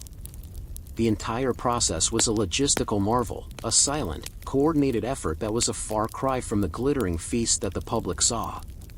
Even the simplest tasks were subject to an absurd level of detail. The royal robes, for example, which could weigh an astonishing amount, had to be carefully fitted to the monarch, and a team of dressers had to be on hand to ensure that every fold and every pleat was in place. The horses in the procession had to be groomed and their harnesses polished to a high shine. Every part of the ceremony, from the grandest gesture to the smallest detail, was a result of 1,000 small, boring jobs, each performed with a quiet, unyielding sense of duty. But what was the ultimate purpose of all this tedious preparation, and how did it contribute to the longevity and legitimacy of the monarchy itself? The boring, tedious work that went into a royal coronation was not for nothing. It was the very essence of the ceremony's power. The Earl Marshal's meticulous planning, the Court of Claim's arcane rulings, and the tireless labor of the artisans and bureaucrats were all part of a larger, more profound purpose, the transformation of a person into a monarch. The weight of tradition and the precision of the ceremony were what lent the event its symbolic and historical legitimacy. A coronation was not just a celebration, it was a ritual, a process that had to be followed with perfect, unyielding precision. Every small, tedious detail was a link in a long chain of tradition, a chain that stretched back for 1,000 years. The right to hold a certain banner or to serve a specific dish at the banquet was not just an antiquated custom, it was a way of connecting the modern monarch to their ancient, feudal past. The repetition of these rituals, performed over and over again through centuries, was what gave them their power. They were a physical manifestation of continuity, a way of saying that the new monarch was not just a person, but a living embodiment of the institution itself. The boring work of a coronation was, in a sense, the process of turning history into a physical, tangible reality. The sheer scale of the organization also served a crucial political function. It was a demonstration of the power and stability of the state. The ability to plan and execute such a massive, complex event was a signal to both the domestic population and to the world at large that the monarchy was a capable, well-oiled machine. It was a show of quiet competence, a demonstration that the institution, for all its pomp and ceremony, was built on a foundation of discipline and order.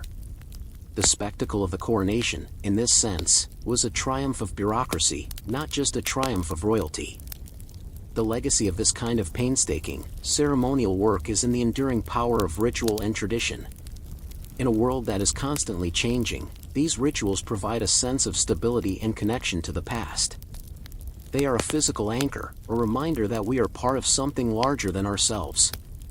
The tedious work of a coronation, with its endless rehearsals and its obsession with protocol, is a testament to the fact that the most meaningful moments in our lives are often not spontaneous, but carefully, meticulously planned.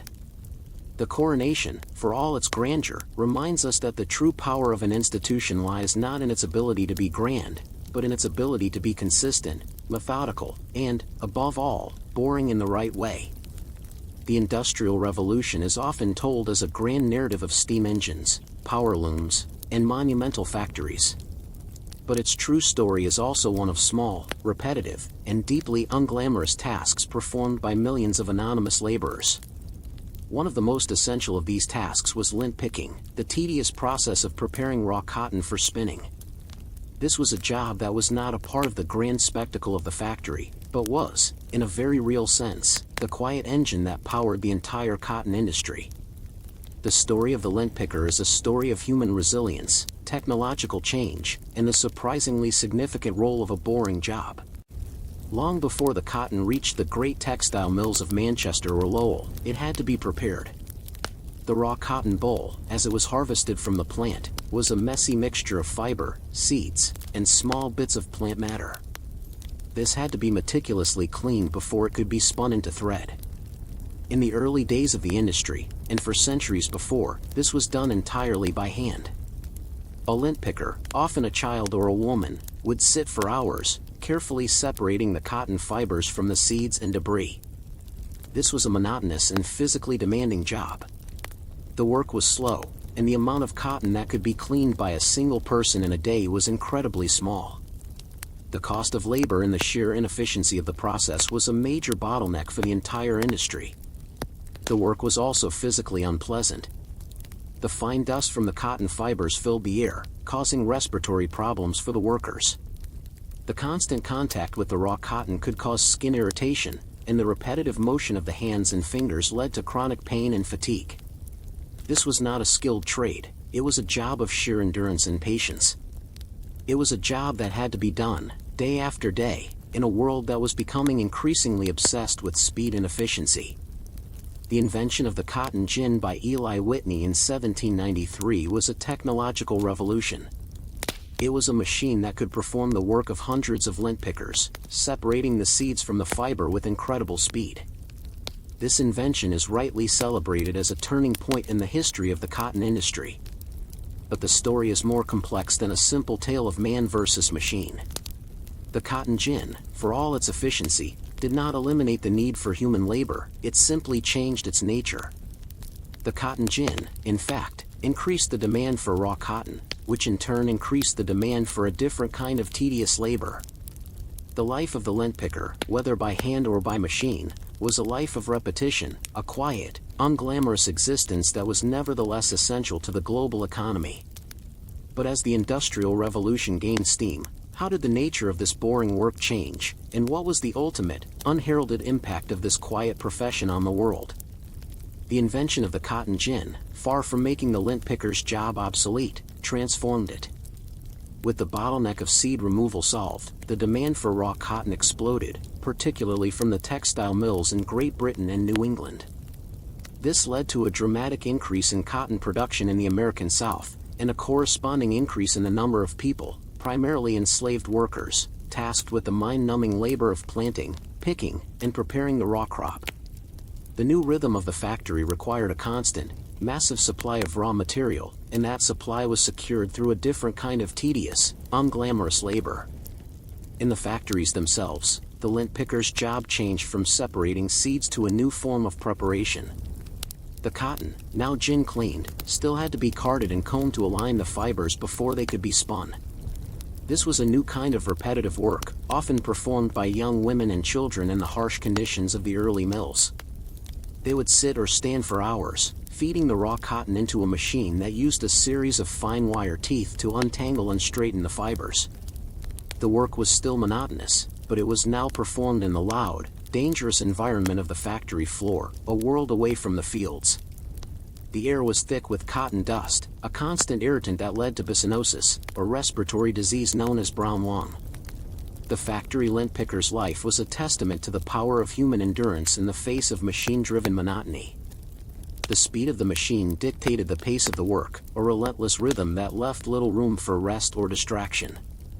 They were not seen as skilled laborers, but as extensions of the machine itself, their only purpose to feed the cotton into the carding machine with perfect, unthinking consistency. This was a form of labor that stripped the worker of their individuality, reducing them to a single, repetitive function in a larger, mechanical system. Yet, this boring, repetitive work was what allowed the textile industry to thrive. The carding machines, fed by the tireless hands of the lint pickers, produced a steady, uninterrupted supply of perfectly prepared cotton fiber. This, in turn, allowed the power looms and spinning frames to operate at full capacity, churning out vast quantities of cloth at a fraction of the cost of hand-woven fabric. The quiet, repetitive work of the lint picker was the essential, unseen link in the chain that connected the cotton fields of the American South to the textile markets of the world. But as the industry grew, what was the ultimate, unheralded impact of this quiet profession on the world, and how did a simple task of preparing fiber contribute to a global economic and social transformation? The boring, monotonous work of the lint picker, whether in the cotton field or the textile mill, had a profound and lasting impact on the global economy and the social fabric of the world. The efficiency gained from their labor, and the machines that aided it, allowed the cotton industry to become a global force, a key driver of the Industrial Revolution. The cheap, mass-produced cotton textiles that resulted from this process transformed fashion, creating a new, more accessible kind of clothing for the general population. The drab, coarse clothing of the past was replaced by the softer, lighter, and more affordable fabrics of the industrial age. The quiet work of the lint picker, in this sense, helped to clothe the world. However, the story is not one of unmitigated progress. The insatiable demand for cotton fueled by the textile mills had a dark and terrible consequence. It intensified the institution of slavery in the American South. The cotton gin made it possible to clean cotton on an industrial scale, but it did nothing to change the brutal, labor-intensive process of planting and harvesting the crop. The result was a massive expansion of the cotton plantations and an increased demand for enslaved labor. The tedious, repetitive work of a lint picker was thus inextricably linked to one of the greatest moral failings of human history. The global supply chain, which began with the quiet work in the fields, ended with the clang and hum of the factories, and the entire system was built on a foundation of human exploitation. The legacy of the lint picker is a sobering reminder that the most significant technological and economic changes are not just about machines, they are also about the human lives that are caught up in them. The silent, repetitive labor of millions of anonymous workers was what truly powered the Industrial Revolution. Their work, so often overlooked in the grand narratives of history, was the indispensable thread that connected the cotton plant to the finished cloth. The story of the lint picker is a testament to the fact that the most boring and unglamorous jobs can have the most extraordinary and far-reaching consequences, both good and bad. It is a reminder that our modern world, with its cheap clothing and its complex global supply chains, is built on a foundation of painstaking, monotonous labor. The British Empire, at its height, was a vast, sprawling entity that covered a quarter of the globe. It was an empire built on naval power, military might, and the unceasing drive for commerce. But its true strength, its invisible backbone, was an intricate and surprisingly efficient system of communication. The most vital component of this system was not the telegraph, which came later, but the humble postal service. The story of how a small, meticulous, and unglamorous postal system helped knit the British Empire together is a story of meticulous bureaucracy, human diligence, and the profound power of a boring, reliable service. Before the postal system was formalized, communication across the empire was a chaotic, unreliable mess. Messages were carried by merchant ships, private couriers, or military dispatches, and there was no guarantee of their arrival. A letter from London to Calcutta could take months to arrive, if it arrived at all. This lack of reliable communication was a major impediment to governance, trade, and military strategy. An order from London might arrive too late to be effective, a business deal could fall through due to a missed letter, and a family might wait for a year or more for news from a sun stationed in a distant land. The empire was physically connected by sea lanes, but it was intellectually and bureaucratically disconnected. The formalization of the British Royal Mail in the 17th century began a slow, methodical process of connecting these disparate parts. The system was based on a simple principle: a letter, once posted, would be delivered with a high degree of speed and reliability to its intended destination. The most crucial part of this was the establishment of a network of post offices and a system of professional postmasters. The postmaster was not a figure of great authority. They were a quiet, meticulous bureaucrat responsible for the small, tedious task of sorting and dispatching mail. Their office was often a small room in their home or a corner of a shop, but it was, in a very real sense, the nerve center of the empire's communication network. The postmaster's daily routine was a masterclass in methodical repetition. They had to receive the mail from the couriers, a task that was often performed at all hours of the day and night. The letters had to be carefully sorted by destination, with each one stamped and recorded. The process was entirely manual, with 1,000 tiny details that had to be attended to. The letters themselves came in all shapes and sizes, and the postmaster had to deal with everything from official government dispatches to personal letters from loved ones. The work was boring, repetitive, and often took place in cramped, unheated rooms. But the reliability of the system depended on the diligence and honesty of these men and women. The postal service was also a vital source of intelligence for the state. The postmaster was a quiet observer of the local community, and they were often the first to know about local gossip, business deals, and political machinations. In times of war, the postmaster's role became even more critical. They were responsible for ensuring that military dispatches and orders reached their intended destination, a task that was often fraught with danger. But what were the real, day-to-day challenges faced by these silent servants of the empire, and how did a simple postal system become a tool of immense power? The success of the British postal system lay in its ability to standardize and professionalize a chaotic process. The system's great leap forward came with the introduction of the uniform penny post in 1840, a revolution in communication that was as profound in its own way as the invention of the Internet. Before this, the cost of sending a letter was based on the distance it traveled and the number of pages it contained, a complex and expensive system that made communication a luxury for the wealthy. The uniform penny post, the brainchild of Sir Rowland Hill, changed this. For a flat rate of 1 penny, a letter could be sent anywhere in the United Kingdom, regardless of distance. This simple, bureaucratic change had a transformative effect. The penny black, the world's first adhesive postage stamp, was the physical manifestation of this new system. The stamp, with its simple, elegant design, was a triumph of standardized bureaucracy. It made the process of paying for postage simple and accessible to everyone. The postmaster's job, once a complicated mess of calculating fees and logging transactions, was now streamlined. They simply had to ensure the stamp was affixed correctly and that the letter was properly sorted. This seemingly small innovation made the postal system a service for the masses, not just the elite. But the postmaster's job was still far from easy. They were the ground-level managers of a vast, interconnected network. They had to ensure that the mail was sorted correctly, a task that required an intimate knowledge of the local geography and the postal routes. They had to manage the arrival and departure of the mail coaches, a series of carriages that traveled on a strict, predetermined schedule, in all kinds of weather. A late mail coach could disrupt the entire system, and the postmaster was the one who had to manage the fallout, often working through the night to ensure the mail was ready for the next leg of its journey. The post office, in this sense, was a hub of information and a center of community life. People would come to the post office not just to send and receive mail, but to hear the latest news from afar.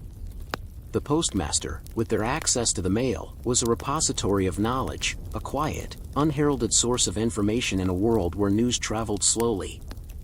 They were also a vital part of the commercial life of the community, handling financial transactions through the nascent postal order system, which allowed people to send money safely through the mail. The entire system was built on trust. The public had to trust that their letters, containing everything from important business contracts to intimate personal secrets, would be handled with care and discretion.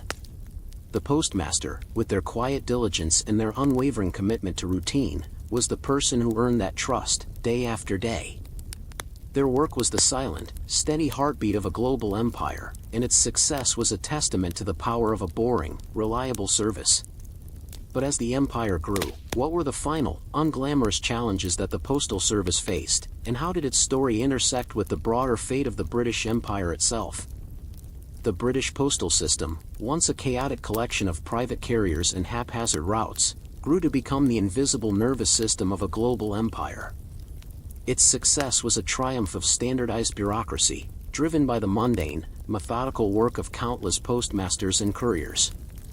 This boring, unglamorous work of sorting, stamping, and delivering letters was what allowed the empire to function on a day-to-day basis. It was the essential infrastructure that connected London to its farthest colonies, enabling everything from trade and governance to personal communication. As the empire expanded, the postal system faced new and more complex challenges. The routes became longer, crossing vast oceans and continents. The volume of mail grew exponentially. The system had to adapt, incorporating new technologies like the steamship and the railroad, which drastically reduced transit times. The speed and reliability of the mail became a point of national pride, a symbol of British efficiency and global reach. A letter from London could now reach New York in a matter of days, and from there, it could travel by rail to the American West, a journey that once took months. The postmaster's job, while still tedious, was now part of a vast, high-speed logistical network. The postal system's legacy extends far beyond its role in empire. It was a crucial step in the development of modern communication and commerce. The uniform penny post was a revolutionary idea that proved that a public service could be affordable and accessible to all. It was a model for other countries and a precursor to the modern postal systems we use today. The principles of reliability, standardization, and universal service that were pioneered by the British Royal Mail are now the bedrock of global communication. The story of the postmaster is a testament to the profound power of a mundane job. They were not explorers or conquerors, but their quiet, diligent work was what held a vast empire together. They were the ones who, day after day, delivered the news of births and deaths, the terms of business deals, and the orders of a distant government. Their work reminds us that the grand narratives of history are often built on a foundation of boring, repetitive, and deeply essential labor. The British Empire may have faded, but the quiet legacy of the postmaster, a legacy of trust, efficiency, and a commitment to a shared, universal service, endures.